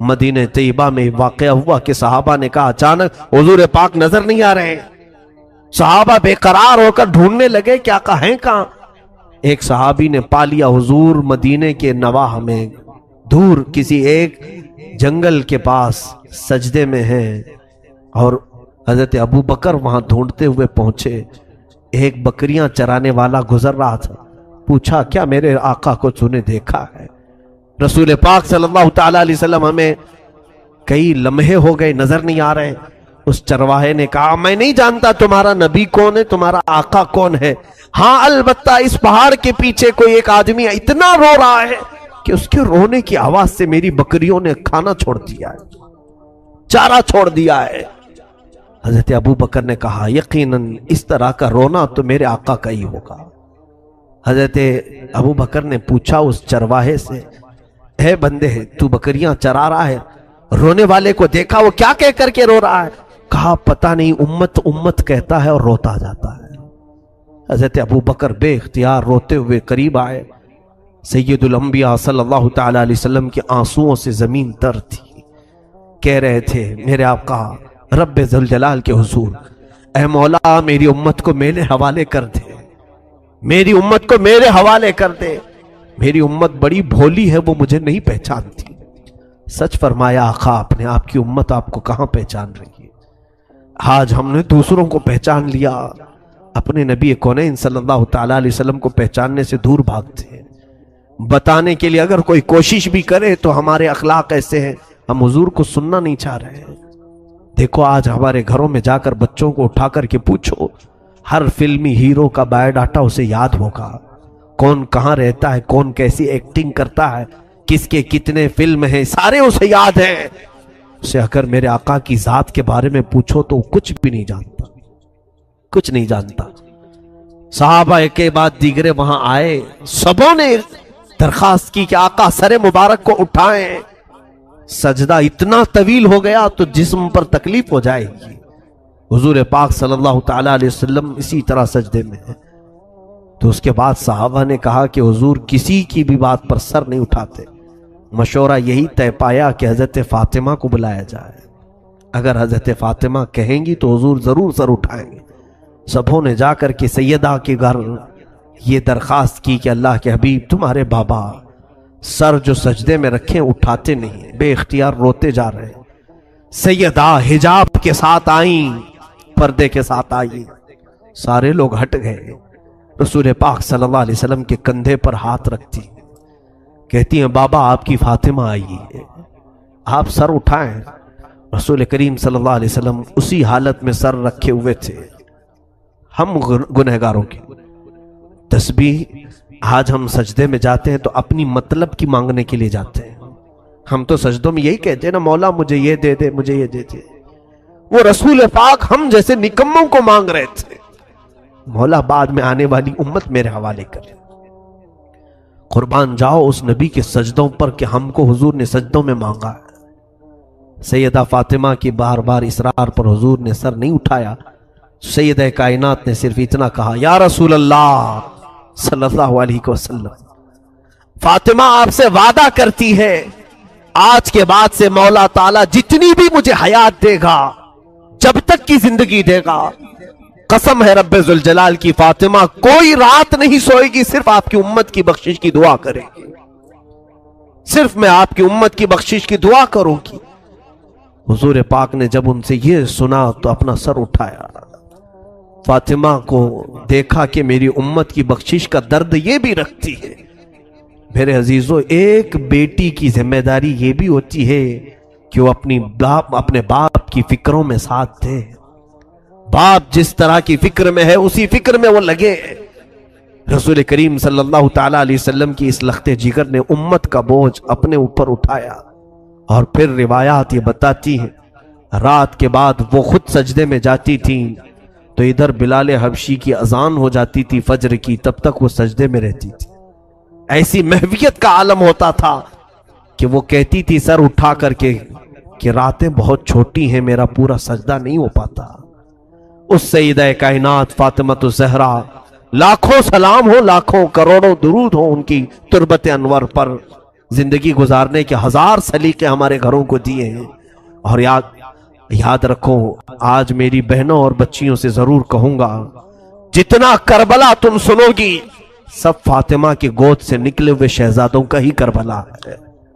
پوری دنیا کو اگر کسی نے حسن دیا ہے تو زہرا نے دیا. پوری دنیا کو امامت کا بادشاہ حسین اگر دیا ہے تو فاطمہ نے دیا ہے. پیر سے اپنے جھولا جھولاتی تھی، ہاتھ سے روٹیاں بناتی تھی. ہاتھ سے روٹیاں بناتے، پیر سے جھولا جھولاتی. اس جھولا جھولانے کے وقت بھی کئی آیتیں ہیں پڑھتی رہتی تھی. طٰہٰ ما انزلنا علیک القرآن لتشقیٰ، کبھی یاسین والقرآن الحکیم. یہ قرآن کی صورتیں تلاوت ہو رہی ہیں، حسنین کریمین کو جھولے جھلائے جا رہے ہیں. یہاں تو ہم گانے فلاں فلاں چیزیں گا کر کے بچوں کو سلانے کی عادت ڈالتے ہیں. حسنین کریمین نے تو اپنی ماں سے قرآن کی لوریاں سنی ہیں. رسول کریم صلی اللہ تعالی علیہ وسلم کا یہ گھرانہ جو پورے دین اسلام کو بچانے کا ضامن ہے. دیکھیں آپ، حضور جب نجران کے عیسائیوں کے ساتھ مقابلے کے لیے بھی چلے تھے تو انہی گھر والوں کو لے کر چلے تھے. میں کل اہل بیت کے ذکر میں عرض کروں گا، سیدہ ظاہرہ طیبہ طاہرہ جان احمد کی راحت پہ لاکھوں سلام. یہ دنیا سے گئی بھی ہے تو اس شان سے گئی ہے. حضرت علی سے وصیت کیا تھا کہ اے علی، میری موت ہو جائے تو زیادہ شہرا مت کرنا. میں نے اپنے پردے کی بڑی پابندی کی ہے. رات کے وقت جنازہ نکالو تاکہ جنازے پر بھی کسی غیر مرد کی نظر نہ پڑے. کل ملا کر روایات صحیحہ یہ بتاتی ہیں کہ آپ کے جنازے میں اور آپ کے قبر کے دفن میں 8 لوگ تھے. وہ صرف خاندان والے تھے. حضرت علی، حسن حسین رضی اللہ تعالیٰ عنہ، حضرت عباس رضی اللہ تعالیٰ عنہ اور دیگر کچھ صاحب جو اہل بیت میں سے تھے. یہی لوگ رہے. سیدہ فاطمہ الزہرا رضی اللہ تعالیٰ عنہا کو رات کے وقت دفن کیا گیا. اب آخری حدیث سن لو میرے آقا صلی اللہ علیہ وسلم. قربان جاؤ میری بچیوں، آج اگر تم یہ کوشش کر لو کہ کل میں فاطمہ زہرا کی چادر کے سائے تلے قیامت میں اٹھائی جاؤں، اتنی بھی اگر تمہاری خواہش ہو تو مبارک ہو تمہیں. حدیث سن لو مجھ سے. میرے آقا صلی اللہ علیہ وسلم نے فرمایا، قیامت کا منظر ہوگا، اہل محشر اپنے حساب کتاب میں مصروف ہوں گے. سب کا حساب کتاب چل رہا ہوگا. تپتی ہوئی گرمی، وہ تانبے پیتل کی زمین، لوگوں میں نفسا نفسی کا عالم. اچانک ایک منادی، ایک فرشتہ اعلان کرے گا، یا اہل محشر غضوا ابصارکم فإن فاطمة بنت محمد تمر الى الجنہ. اے محشر کے میدان میں کھڑے ہونے والے لوگوں، سب اپنی نگاہیں نیچی کر لو، اس لیے کہ محمد عربی صلی اللہ علیہ وسلم کی بیٹی فاطمہ جنت کی طرف جا رہی ہے. 70,000 عورتوں کے جھرمٹ میں حضرت فاطمہ جنت میں جا رہی ہوں گی. قیامت کے دن بھی حکم ہوگا کہ نگاہیں نیچی کرو، نگاہیں نیچی کرو. شان والی فاطمہ جا رہی ہے، رسول پاک کی گھر والی جا رہی ہے. میرے عزیزوں، آج بچیوں کو یہ واقعات سنائیں، اپنی بہنوں کو یہ سیرتیں سنائیں تاکہ ان کے اندر عفت، حیا اور جذبہ حجاب پیدا ہو. بے حیا عورتوں کے قصے سناؤ گے تو بے حیا بنیں گی. گندے سیریل اور گندے فلموں کو دکھاؤ گے تو ویسے ہی بننے کی عادتیں آئیں گی. کبھی کبھار میں عورتوں سے گزارش کروں گا، پوری زندگی ٹی وی پر نہ گزاریں، تھوڑا کبھی کبھار سیرت فاطمہ کو پڑھ لیا کریں. رسول کریم صلی اللہ علیہ وسلم کے گھر والیوں کی سیرت پڑھ لیا کریں. یاد رکھنا، اگر تم نے سیرت بھی پڑھ لی، آج حسن و حسین نہیں صحیح، غلام حسن اور غلام حسین تو ضرور پیدا ہوگا. تمہاری گودوں میں نونہال آئیں گے جو امت کی اصلاح کا کام کریں گے. میں دعا کرتا ہوں بارگاہ رب العزت میں، خدایا بحق بنی فاطمہ کہ برقول ایمان کنم خاتمہ. اگر دعوتم رد کنی ور قبول، منو دست دامان آل رسول. قل یا ایوہ الکافرون لا اعبد ما تعبدون. اے محبوب آپ فرما دے، اے کافروں میں اس کی عبادت نہیں کرتا جس کی تم کرتے ہو. عاشقوں کو ہر زمانے میں یاد رکھا جاتا ہے. مجھے پنجابی نہیں آتی، لیکن پنجابی شاعر پیر مہر علی گولروی نے جب حضور پاک کا دیدار کیا اور پڑھا تھا تو ان کا قصیدہ پڑھتے ہیں تو جھومنے لگتے ہیں. مکھ چند بدر شاشانی ہے، ماتھے چم کے لٹھ نورا نورانی ہے کالی زلف تے اکھ مستانی ہے مخمور اکھیں ہن مد بھریاں اس صورت نو میں جان اکھاں کی جان جہاں اکھاں سچ اکھاں رب دی شان اکھاں اس شان تو شانہ سب نبیاں سبحان اللہ ما اجملکا ما اکملکا ما احسنکا کتے مہر علی کتے تیری سنا گستاخ اکھے کتی جاریا اور اسی کی ترجمانی بریلی کے امام نے کیا تھا کہ وہ کمال حسن حضور ہے کہ گمان نقص جہاں نہیں یہی پھول خار سے دور ہے یہی شمع ہے کہ دھواں نہیں. آپ کو حالات کے اعتبار سے کبھی کوئی ایسا ڈیگریڈ کرتا ہو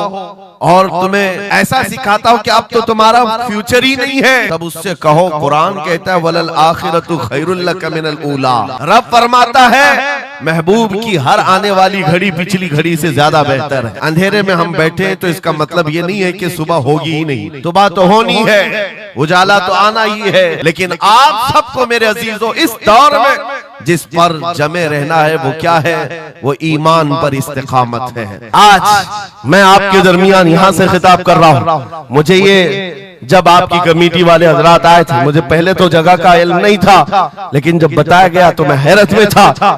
ادھر ہی قریب میں کمشنر ہاؤس بھی, ہاں یہیں سامنے آ کر کے ہمیں خطاب کرنا ہے, کوئی بات نہیں. آج یہاں سے لے کر بنگال کی کھاڑیوں, گجرات سے لے کر کشمیر تک ہر جگہ تقریباً 22 اسٹیٹ میں میں جا کر دیکھ کر آ رہا ہوں. پچھلے 200 جلسوں سے خطاب کر, ہر جگہ کا ڈی این اے مسلمانوں کا ایک ہی ہے. حضور کی محبت پر امتحان دینے کے لیے ہر جوان اگر تیار ہے تو پھر آگے بات کی جائے گی. بار بار تمہیں کوئی کچھو کے دیتا رہے, وسوسے ڈالتا رہے, سوشل میڈیا پر تمہارے جذبات کو ابھارتے ہوئے تمہارے لیے گندی باتیں کرے کہ یہ کٹ رہے ہیں, ملے کاٹے جا رہے ہیں, مارے جا رہے ہیں, غزہ میں ان کے ساتھ ایسا وناش کیا جا رہا ہے, 20,000 لوگوں کو مار مار کر بارود سے راکھ بنا دیا گیا ہے.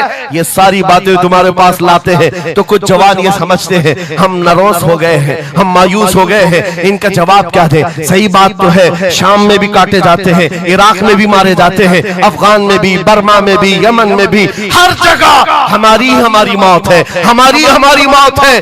اور اس کو ظالم یہ بتا کر کے یہ کہتے ہیں کہ دیکھو اگر تم سچے ہو, تمہارا دین سچا, تمہارا خدا سچا, تو اتنے مارے کیوں جاتے ہو؟ تم نا امید اور مایوس نہ ہونا. اے نوجوانوں بات اتنی بات کرنا. اے نادان تجھے پتا نہیں ہمارا مسئلہ کیا ہے, تجھے پتا نہیں ہمارا مسئلہ کیا ہے. ہم جو ہے نا وہ رسول اللہ کو شمع سمجھتے ہیں, اور جتنے ہیں یہ پروانے ہیں, اور پروانہ ہوتا ہی ہے مرنے کے لیے.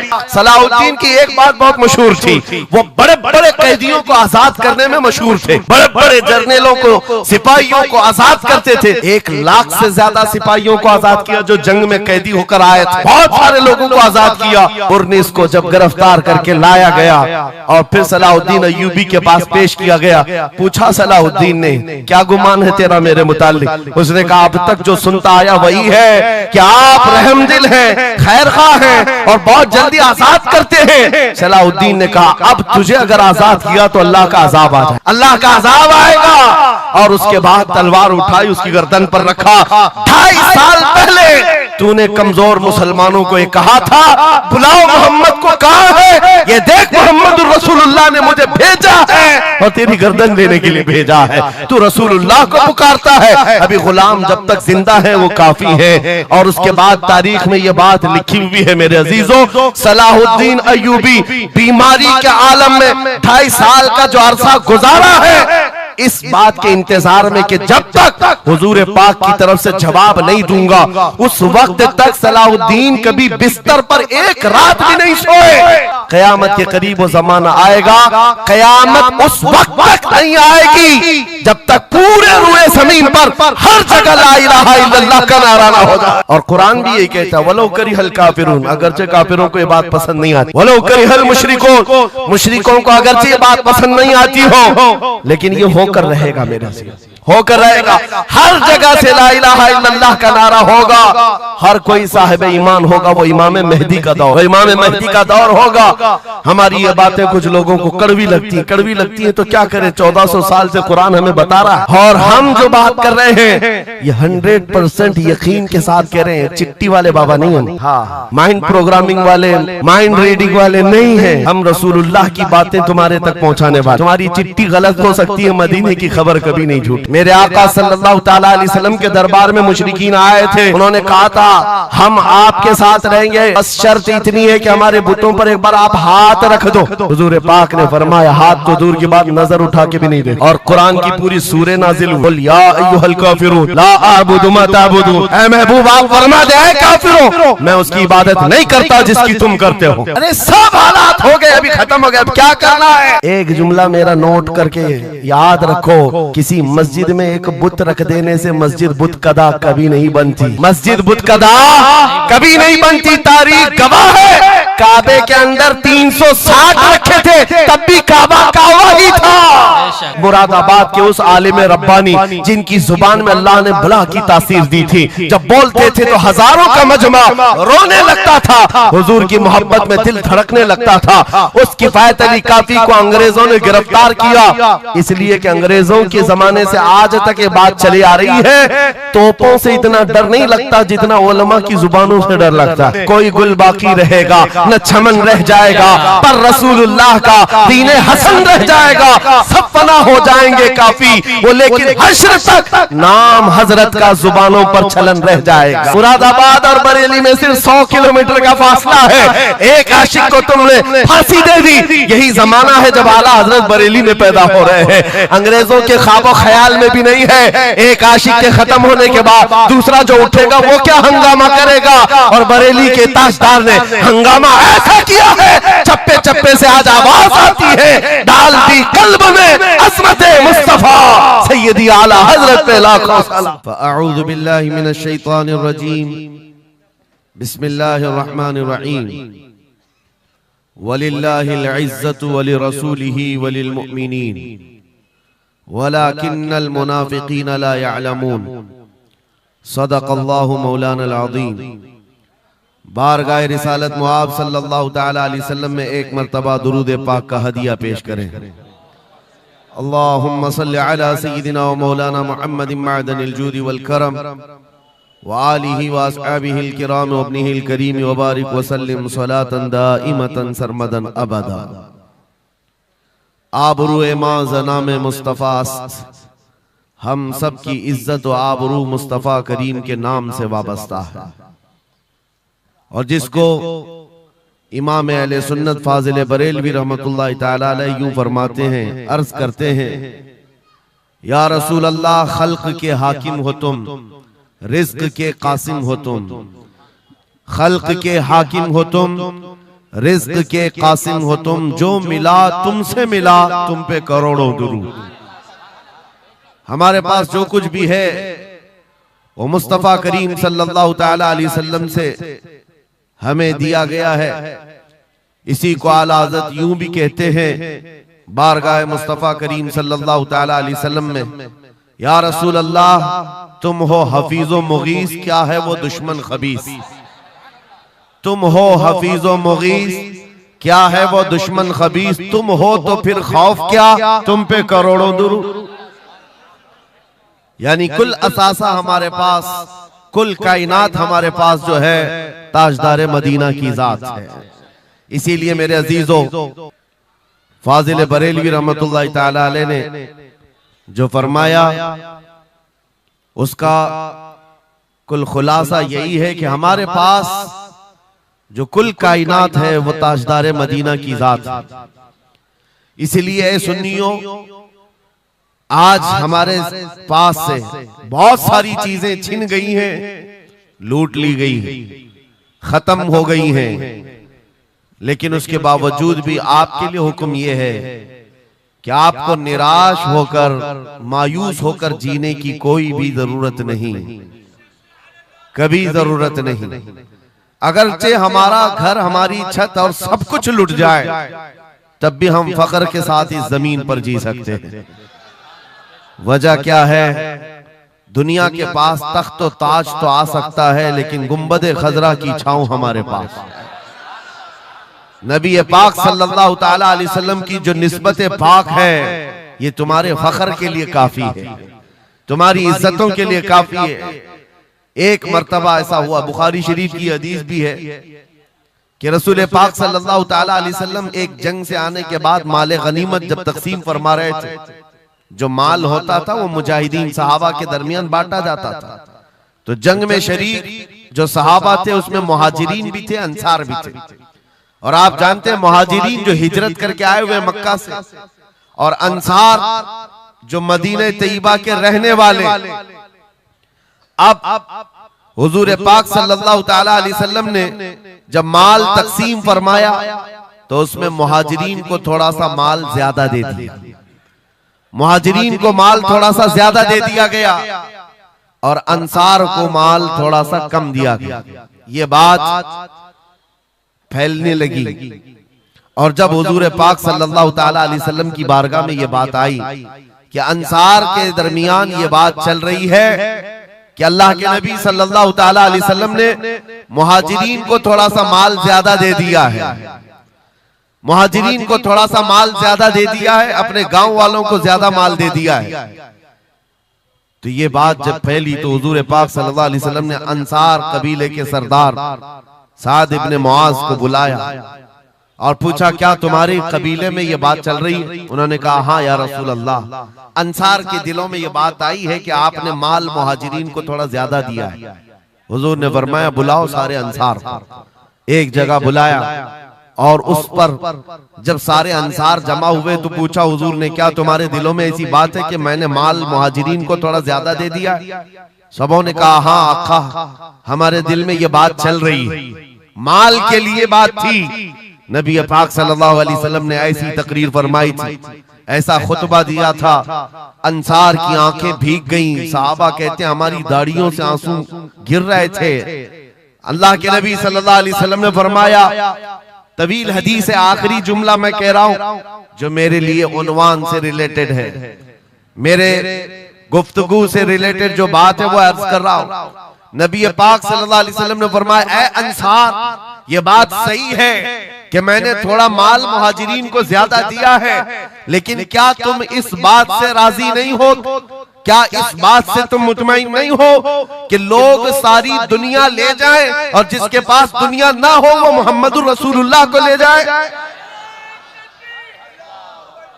جن غریبوں کے پاس مال نہ ہو میرے آقا نے فرمایا وہ اللہ کے رسول کو ساتھ لے جائے. آج ہمارے پاس فخر کرنے کا سب سے بڑا ذریعہ میرے مصطفیٰ کی محبت، نبی کریم صلی اللہ تعالی علیہ وسلم کی نسبت پاک ہے. اسی لیے آپ کو حالات کے اعتبار سے کبھی کوئی ایسا ڈیگریڈ کرتا ہو اور تمہیں ایسا سکھاتا ہو کہ اب تو تمہارا فیوچر ہی نہیں ہے، تب اس سے کہو قرآن کہتا ہے وَلَلْآخِرَةُ خَيْرٌ لَكَ مِنَ الْأُولَى.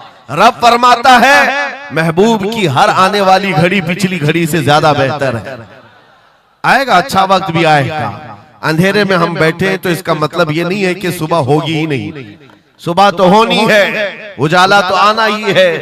لیکن آپ سب کو میرے عزیزوں اس دور میں جس پر جمع رہنا ہے وہ کیا ہے؟ وہ ایمان پر استقامت ہے. اپنے دین کا سودا ہونے نہیں دینا، حضور پاک کی محبت میں کوئی کمی آنے نہ دینا.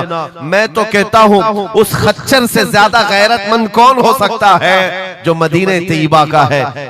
گدھا جس کو آپ کہہ سکتے ہو یا گھوڑا جس کو کہہ سکتے ہو، ان دونوں کے بیچ میں ایک نسل ہوتی خچر کی. خچر حضور پاک صلی اللہ تعالی علیہ وسلم کے پاس ایک خچر تحفے میں لایا گیا تھا. خیبر کی جنگ میں حضور پاک نے قبول کیا.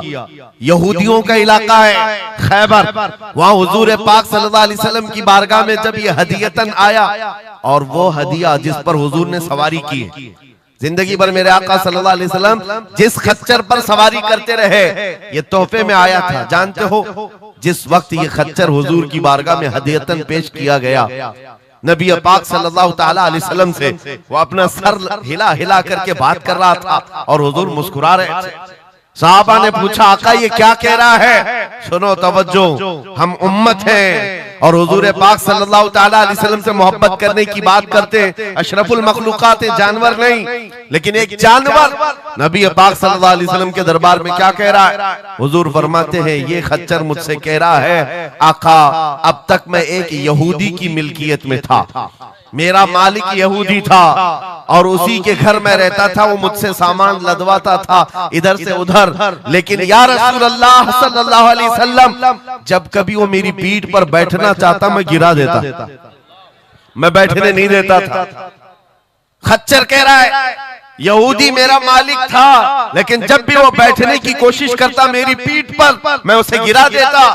حضور فرماتے ہیں اس سے پوچھا ایسا تو کیوں کرتا تھا، ایسا تو کیوں کرتا تھا؟ سنو میرے عزیزوں، خچر کہتا آقا میں ان خچروں کی نسل میں ہوں کہ میرے باپ داداؤں کی پیٹھ پر اللہ کے نبی سواری کیا کرتے تھے، بنی اسرائیل کے انبیاء سواری کرتے تھے، اور ان کی نسل کا میں آخری خچر ہوں، اور سلسلہ انبیاء میں آپ آخری نبی ہیں۔ مجھے میری ماں نے یہ کہا تھا کہ اپنی پیٹھ سنبھال کر رکھنا، اس پر تاجدار انبیاء سواری کرے۔ سبحان اللہ سبحان اللہ۔ خچروں کو اتنا علم ہے، ان قادیانی گدھوں کو علم نہیں۔ خچر کا عقیدہ ہے کہ اللہ کے نبی آخری نبی ہیں، آخری رسول ہیں۔ میرے عزیزو اپنی پیٹھ کو سنبھال کر رکھا کہ کوئی اور بیٹھنے نہ پائے، کہ اللہ کے رسول بیٹھنے والے ہیں۔ اور اس کے بعد آپ کو پتا ہے اس خچر پر سواری صرف رسول اللہ نے فرمائی، اور وہ خچر کتنا غیرت مند تھا، کتنا غیرت مند تھا کہ اس پیٹھ پر کسی اور آلائش کو اور ناپاکی کو کبھی گوارا نہیں کیا۔ اور حد تو یہ ہے حدیثوں میں موجود ہے، حضور پاک صلی اللہ تعالی علیہ وسلم کی جب وفات ہوئی تو یہ زندہ رہا، لیکن جانتے ہو صرف 3 دن کے بعد بیر غرس یہ کنواں ہے جس میں چھلانگ لگا کر یہ جان دے دی کہ اب اس کے بعد کوئی نہیں بیٹھے گا جو رسول اللہ کی سواری ہے۔ میرے آقا صلی اللہ تعالی علیہ وسلم سے نسبت کا احترام جانور اتنا کرتے تھے، تمہاری نسبت تو امت کی ہے، تمہاری نسبت امت کی ہے۔ کیا تمہیں یہ زیب دیتا ہے کہ جن آنکھوں کو تم نے سنبھال رکھا ہے میرے آقا کا دیدار کرنا ہے، تو ان آنکھوں کو غلاظت میں کیسے ہم ڈال سکتے ہیں، کیسے بے حیائی میں ڈال سکتے ہیں؟ ان ہاتھوں کو کیوں نہیں سنبھال کر رکھ سکتے کہ یہ ہاتھ میرے آقا سے مصافحہ کرنے والے؟ عقیدہ ہے کہ نہیں ہے؟ یقین ہے کہ نہیں؟ میرے آقا نے فرمایا قیامت کے دن میں مصافحہ کروں گا۔ حضور پاک صلی اللہ تعالی علیہ وسلم سے جب مصافحہ کرنے کی تمنا ہے تو پھر اس ہاتھ کی کتنی حفاظت ہونی چاہیے۔ وہ خچر اپنی پیٹھ پر کسی اور غیر کو برداشت نہیں کیا، صرف اس لیے کہ یہ پیٹھ میں نے سنبھال رکھی ہے اللہ کے رسول کے لیے۔ آج ہم بچ سکتے ہیں اپنے ہاتھوں کو، اپنے پیروں کو، اپنی آنکھوں کو، اپنی زبان کو صرف اس لیے بچا کر رکھیں کہ یہ ساری امانت رسول اللہ کی ہے۔ کیوں؟ بریلی سے یہی تو آواز آتی ہے ہمارا اپنا کچھ نہیں ہے، دہن میں زبان تمہارے لیے۔ یا رسول اللہ بدن میں ہے جان، اور ہم آئے یہاں اور اٹھے بھی وہاں جب رسول اللہ کے لیے جینا ہے تو میرے عزیزوں ہمیں ہر شے کی حفاظت بھی ضروری ہے۔ کہیں ایسا نہ ہو کہ ہماری گردن میں کوئی دوسرا پٹا ڈالنے کی کوشش کر رہے، کبھی نہ ہو کہ کسی اور کی غلامی کا پٹا ہماری گلے میں پڑ جائے۔ نہیں، ہم رسول اللہ کے جنت رسول اللہ۔ دنیا اگر ہمیں پہچانے تو بیدم وارسی کا وہ شعر یاد رکھو۔ بیدم وارسی بڑے عاشق رسول ہیں، کہتے ہیں سکے طیبہ سب مجھے کہہ کر کے پکارے، بیدم یہی رکھیو میری پہچان مدینے والے۔ دعا یہ کرتے تھے کہ اے اللہ، اے رسول پاک میری پہچان اتنی بنا دے کہ دنیا مجھے طیبہ کا کتا کہے، اس کے علاوہ میری کوئی پہچان نہ ہو۔ مجھے دنیا اگر پہچانے تو حضور کے نام سے پہچانے۔ عزیزان گرامی وقار، اتنی غیرت تو تمہارے اندر آنی چاہیے کہ حضور پاک صلی اللہ تعالی علیہ وسلم سے ہمارا نام جڑا ہوا ہے اور ہمیں ہر شے کو سنبھال کر رکھنا ہے۔ صرف ایک بات میں بتا دوں، بہت سارے نوجوان محبت کرتے ہیں ہم سے، ہمیں پتا ہے بے انتہا محبت کرتے ہیں۔ کسی نوجوان کو اٹھا کر میں کہوں یہ لے میرا امامہ، میں آج تجھے پہنا دیتا ہوں، خوشی سے وہ لے کر کے جائے، ظاہر سی بات ہے اس کے دل میں اگر میری محبت ہے تو یہ امامہ پہن کر کے نکل جائے۔ میں اس سے پوچھتا ہوں کہ جب یہ سر پر امامہ ہو تو کیا شراب کی دکان پر کھڑے ہو سکتے ہو؟ کیا کسی آوارہ گردی میں جا سکتے ہو سر کے امامے کی قدر تم رکھے ہوئے؟ بار بار دل میں یہ خیال آئے گا کہ نہیں، میں اس لباس کے ساتھ، اس امامے کے ساتھ یہاں کھڑا رہوں گا تو دنیا کیا سوچے گی؟ صرف میں تو ایک نکمہ آدمی ہوں، میرے امامے کو پہننے کے بعد تمہارا احساس یہ ہو سکتا ہے کہ مجھے نہ شراب کے اڈے پر جانا ہوگا، نہ تاش کے پتوں پر، نہ ہی آوارہ گردی میں، نہ کسی گلی کوچے میں، بلکہ اسے احترام لازم ہوتا ہے۔ میرے عزیزوں، میرے امامے کی کیا بات، تمہاری گردن پر تو رسول اللہ کی نسبت کا پٹا ہے۔ جس جگہ پر ہو صرف اتنا خیال آ جائے کہ میں نبی پاک صلی اللہ علیہ وسلم کا غلام ہوں، کل کو میرے بد عمل کردار سے، میرے کسی برے اخلاق سے دنیا حضور کی طرف انگلی نہ اٹھائے، نبی پاک صلی اللہ تعالی علیہ وسلم کی طرف انگلی نہ اٹھائے۔ یہ آج آپ کی ضرورت ہے میرے عزیزوں، تمہاری نسبت حضور سے وابستہ ہے تو تمہارا ہر عمل دنیا کے سامنے آئینے کی طرح ہے۔ جانتے ہو جب عید ہو، بقرعید ہو کہ جلوس عید میلاد ہو، دنیا تمہیں دیکھتی ہے اور پہچاننا چاہتی ہے کہ کون ہے محمد صلی اللہ علیہ وسلم۔ تم اپنے اخلاق سے سفیر ہو، ترجمان ہو رسول اللہ کے، اپنے اعمال سے حضور پاک صلی اللہ علیہ وسلم کی ترجمانی کر سکتے ہو اور دنیا حضور کی تک پہنچنے کا تم ذریعہ بن سکتے ہو۔ آج ایک حدیث میں آپ کے سامنے رکھتا ہوں، حضرت عمر فاروق کا دور ہے۔ ایک شخص مدینہ طیبہ میں قرضہ لیا تھا کسی سے اور قرض چکا نہیں پا رہا تھا، اور وہ بھی صحابی ہیں جن سے قرضہ لیا ہے۔ انہوں نے آ کر کے مقدمہ کر دیا حضرت عمر کے پاس، توجہ سے۔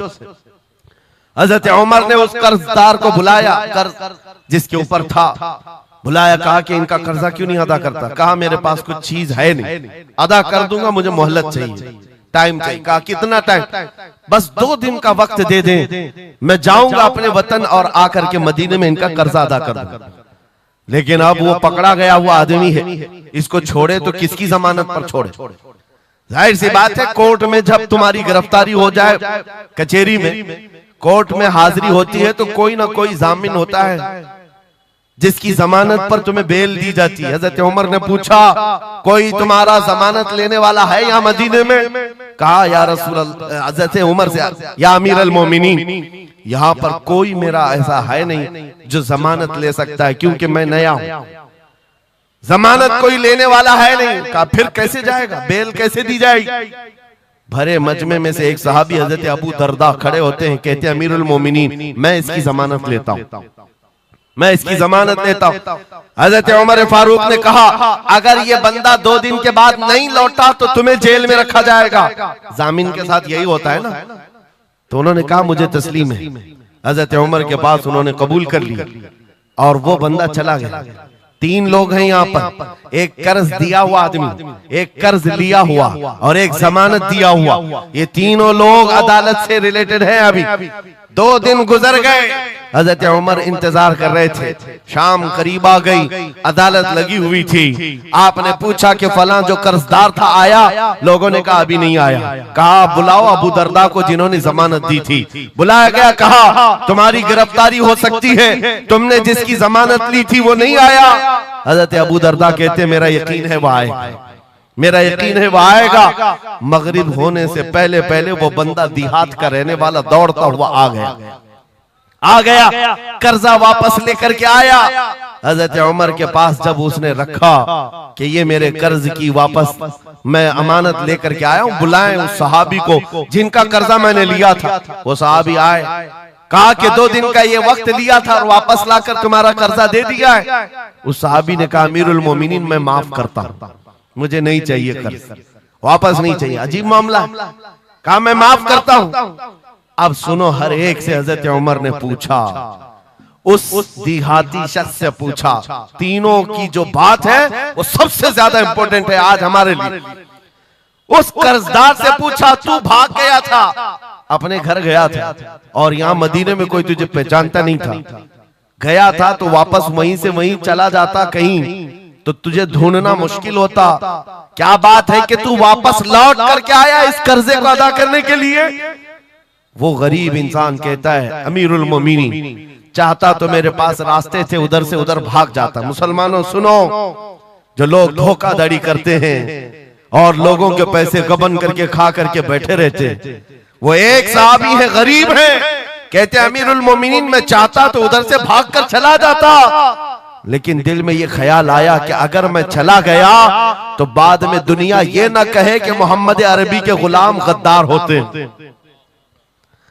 کہیں دنیا یہ نہ کہے کہ محمد عربی کے غلام دھوکے باز ہوتے ہیں۔ میرے عمل سے میرے نبی کی بارگاہ میں کوئی انگلی نہ اٹھائے، اس لیے میں واپس آ گیا۔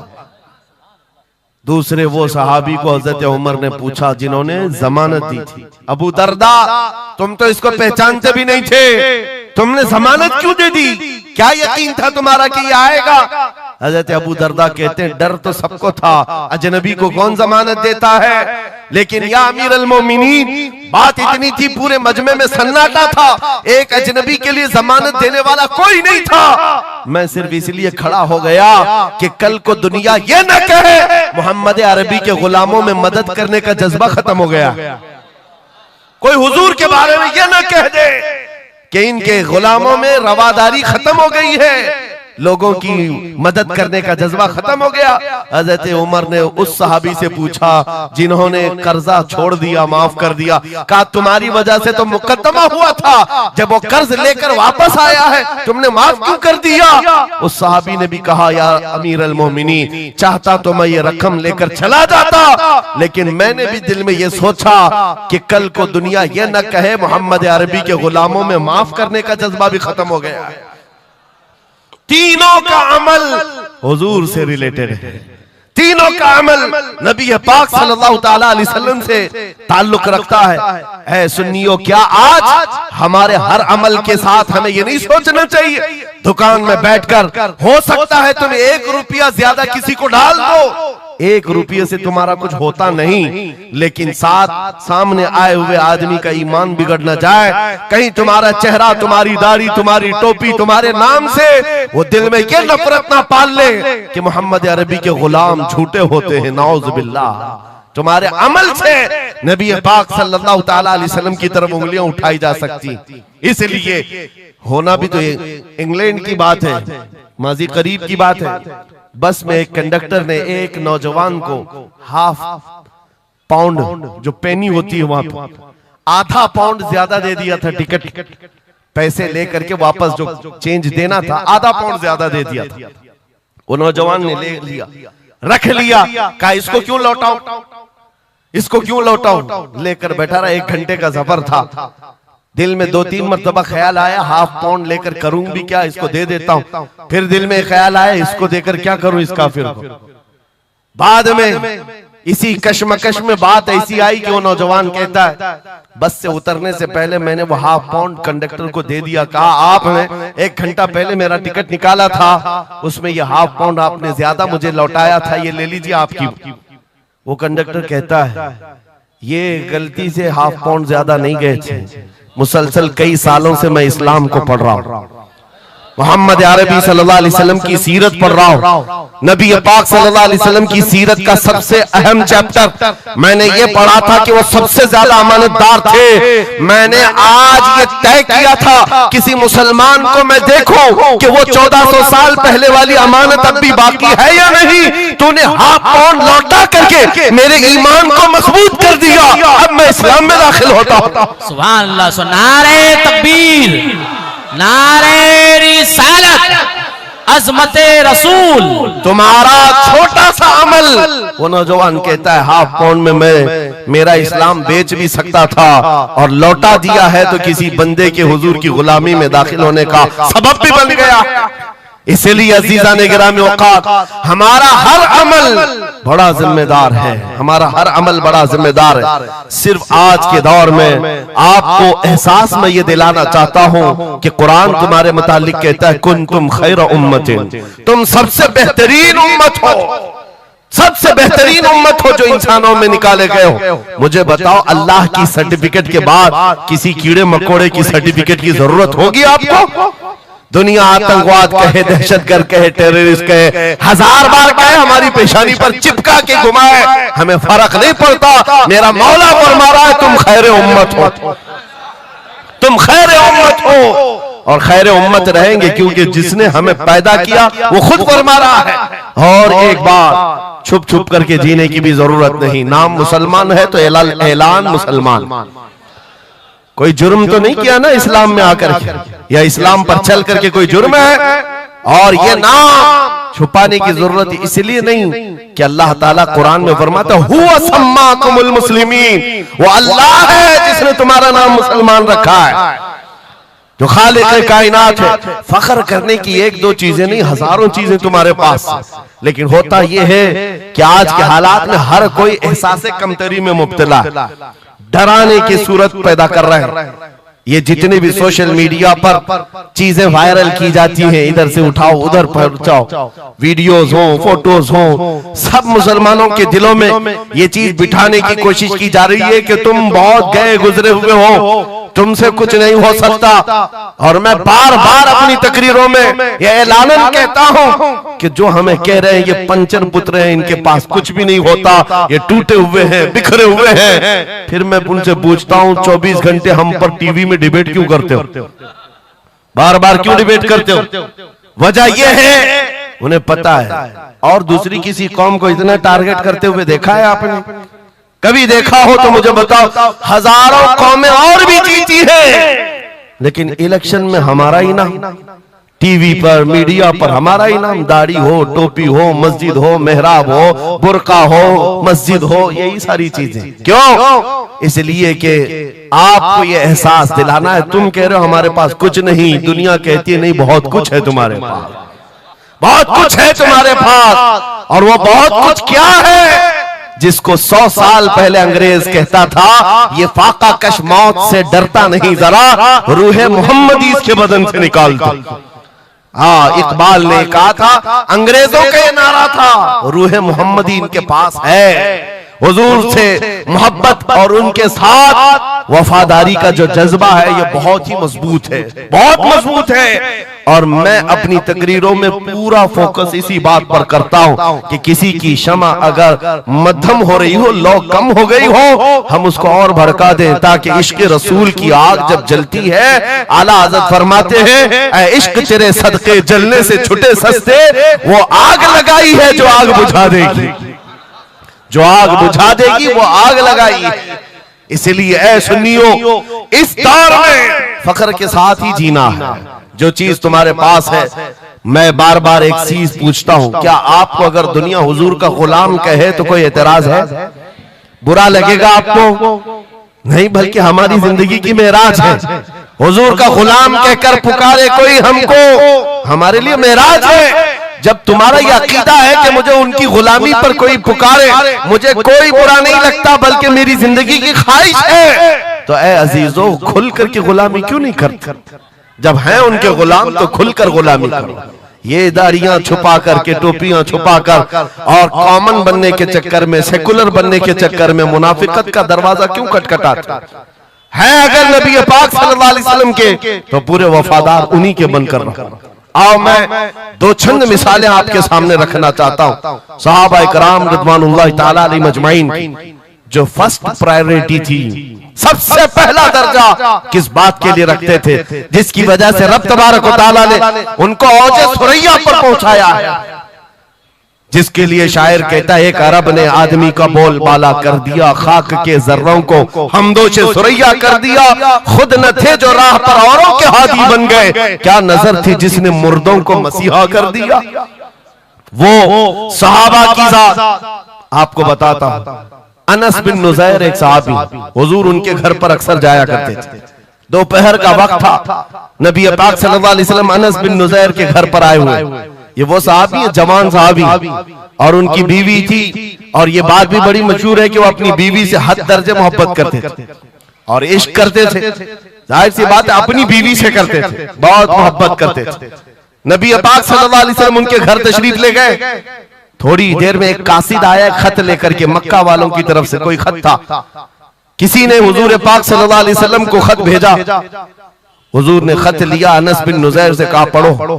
انس بن نزیر نے خط پڑھ کر کے سنایا کہ مکہ والے جنگوں کی تیاریاں کر رہے ہیں، فلاں جگہ سے فلاں قبیلہ آ رہا ہے، ایسی ایسی تیاریاں۔ خط میں یہ اہم معاملات لکھے گئے تھے، سیکریٹ تھے۔ حضور پاک صلی اللہ علیہ وسلم نے خط کو بند کروایا۔ انس بن نزیر سے کہا، توجہ، فرسٹ پرائیورٹی کیا ہوتی ہے؟ انس بن نزیر سے کہا یہ میرا راز ہے، جس کی حفاظت تمہارے لیے ضروری ہے. تمہارے علاوہ کسی کو یہ خط کی خبر نہیں ہونی چاہیے. بس نبی پاک نے فرما دیا تو فرمایا. صحابہ کا اب عمل کیا ہے؟ حضور ان کے گھر سے اٹھ کر کے باہر جا رہے ہیں, تشریف لے گئے. تھوڑی دیر میں بیوی اندر سے آئی, محبوبہ تھی, عشق کرتے تھے, محبت کرتے تھے اپنی بیوی سے. آئی, کہا انس بن نزیر سے, کہا کہ اللہ کے رسول آئے تھے, گھر میں کیا باتیں چل رہی تھی؟ انس بن نزیر نے کہا میری محبت اپنی جگہ پر, رسول اللہ کی عزت کا مقام اور. اس راز کی بات میں تمہیں میں شریک نہیں کر سکتا, میں نہیں بتا سکتا. حد درجہ عشق کرتے, محبت کرتے اس بیوی کو کہا کہ نہیں, یہ بات رسول اللہ کی امانت ہے. بیوی نے ہنستے ہوئے کہا انس بن نزیر سے, کہا انس کیا چھپاتے ہو, میں نے سب سن لیا ہے. مکہ والے جنگوں کی تیاریاں کر رہے, فلاں قبیلہ فلاں جگہ, خط میں نے پورا سن لیا. اتنا کہنا تھا بیوی کا, انس بن نزیر کھڑے ہو گئے اور سیدھے گردن پکڑ لی اپنی بیوی کی, جس کو محبت کرتے, گردن پکڑ لی. کہا میں اس گردن کو اس وقت تک نہیں چھوڑوں گا جب تک رسول اللہ کا فیصلہ نہ آ جائے, کہیں میں مجرم نہ ہو جاؤں کہ رسول اللہ کے راز کو افشا کرنے کے جرم میں عذاب میں مبتلا نہ ہو جاؤں. گردن پکڑ کر کے ہی چلے آئے, بارگاہ مصطفیٰ میں آئے. کہا یا رسول اللہ مجھے معاف کر دیں, میں نے آپ کے راز کی حفاظت کی, لیکن میری یہ عورت گھر کے اندر سے سن چکی تھی, میں گردن پکڑا ہوں. آقا اگر آپ فرما دیں تو میں ختم کر دوں, اس راز کو ہی ختم کر, جس سے حد درجے محبت کرتے تھے اس بیوی کے بارے میں. میرے آقا نے فرمایا انس بن نزیر سے گردن چھوڑ دو, وہ میری صحابیہ. جیسے راز تمہارے پاس محفوظ ہے ویسی راز اس کے پاس بھی محفوظ ہے. تب انہوں نے گردن ہٹا دی اور اپنی بیوی سے کہا جو کچھ بھی میں نے کیا ہے اس کا برا نہ ماننا, تجھ سے جو عشق محبت ہے وہ اور ہے, رسول اللہ سے جو عظمت اور ان کی عزت جو میرے دل میں ہے وہ اور ہے. ان دونوں کے درمیان کوئی کمپیریزن نہیں ہے, کوئی موازنہ نہیں ہو سکتا. نبی پاک صلی اللہ تعالیٰ علیہ وسلم کے سلسلے میں جو فرسٹ پرائیورٹی تھی صحابہ کی, اسی کے متعلق قرآن کہتا ہے اللہ ہی کے لیے عزت ہے, رسول کے لیے عزت ہے, اور ان مومنین کے لیے عزت ہے جنہوں نے فرسٹ پرائیورٹی دی ہے. آپ کو ایک بات بتا دوں, ایک حبشی رنگ کے صحابی, کالے رنگ کے صحابی حضور پاک صلی اللہ علیہ وسلم کے پاس آئے, کہا شادی کرنا, لڑکی کوئی دیتا نہیں, چہرہ رنگ کالا, ناک چوڑی. نبی پاک صلی اللہ علیہ وسلم نے فرمایا میں تیری شادی کراتا ہوں.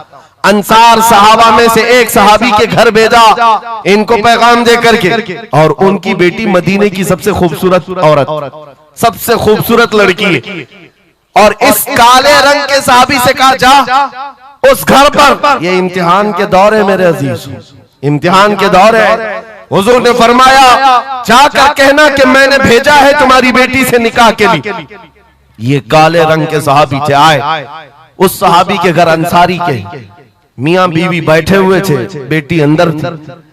ان کو آتے ہی پوچھا کہ کیا بات ہے, کس لیے آئے؟ کہا سنا ہے آپ کے گھر میں جوان بیٹی ہے, میں نکاح کا پیغام لے کر آیا. سادی سی بات, سیدھی سی بات. انہوں نے اوپر سے نیچے دیکھا, ان کی لڑکی, ان کی بیٹی مدینے کی حسین ترین خوبصورت لڑکی ہے, اور نکاح کا پیغام لے کر کے آنے والا حبشی رنگ کا ہے. انہوں نے اوپر سے نیچے دیکھا اور اس کے بعد کہا جاؤ ہم بعد میں بتاتے ہیں. بس اتنی سی بات, منع نہیں کیا, کہا جاؤ ہم بعد میں بتاتے ہیں. حضور پاک صلی اللہ علیہ وسلم کی بارگاہ میں آئیں گے, اپنی بیٹی سے پوچھ لیں گے, آئیں گے تمہارے پاس. اس کالے رنگ کے صحابی کے لیے کوئی تعجب کی بات نہیں تھی. وہ کہتے ہیں روز ریجیکٹ ہوتا تھا, یہاں سے بھی ہو گئے. واپس چل پڑے حضور کے دربار میں.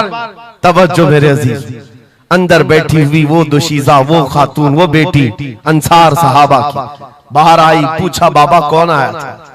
کہا ایک نوجوان آیا تھا. کہاں سے؟ رسول اللہ نے بھیجا تھا.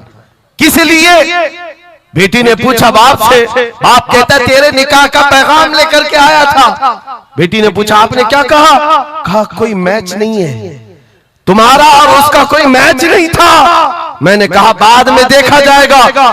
بیٹی وہیں کھڑی ہو کر کے کہتی ہے بابا آپ کو پتا ہے آپ نے کس قاصد کو واپس بھیجا ہے؟ آپ نے اس آنے والے کے رنگ کو دیکھا, بھیجنے والے کے حسن کو نہیں دیکھا.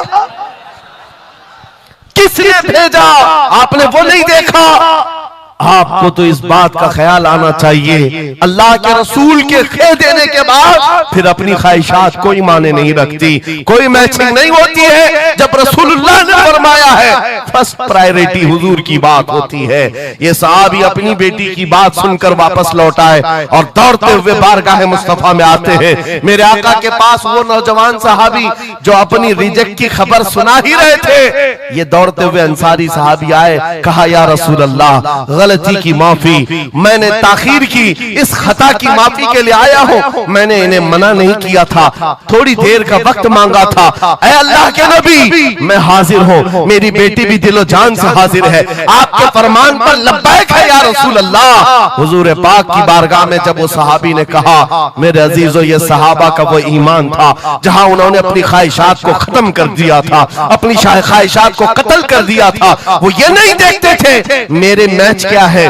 میری خواہش کے مطابق کیا چیز ہے۔ آج جیسے دین پر عمل کرنے کے لیے بھی نوجوان یہ سوچتے ہیں میری مرضی کے مطابق ہو تو عمل کروں گا، نہیں، ہم یہاں پر جینے کے لیے آئے ہیں، اپنی مرضی سے جینے کے لیے نہیں آئے، رسول اللہ کی مرضی سے جینے کے لیے آئے ہیں۔ تاج الشریعہ نے جس کے متعلق کہا تھا زندگی یہ نہیں ہے کسی کی کسی کے لیے، زندگی ہے نبی کی نبی کے لیے، نہ سمجھ مرتے ہیں زندگی کے لیے، جینا مرنا ہے سب کچھ نبی کے لیے۔ سبحان اللہ، اللہ نعرہ تکبیر، نعرہ رسالت، نعرہ حیدری، علماء اہل سنت، حضرت علامہ مفتی سلمان اظہری صاحب، سبحان اللہ سبحان اللہ۔ میرے عزیزو ان صحابہ نے فرسٹ پرائیورٹی جو دی ہے وہ غیرت کے ساتھ جیا کرتے تھے کہ حضور کی بات ہے تو پھر سب سے پہلی بات جب ہم یہ ساری چیزوں کی طرف آگے بڑھیں اللہ کریم عزتیں پھر نوازے گا، عزتیں واپس آئیں۔ ان کے جو ہم غلام تھے خلق کے پیشوا رہے، ان سے پھرے جہاں پھرا پھر آئی کمی وقار میں۔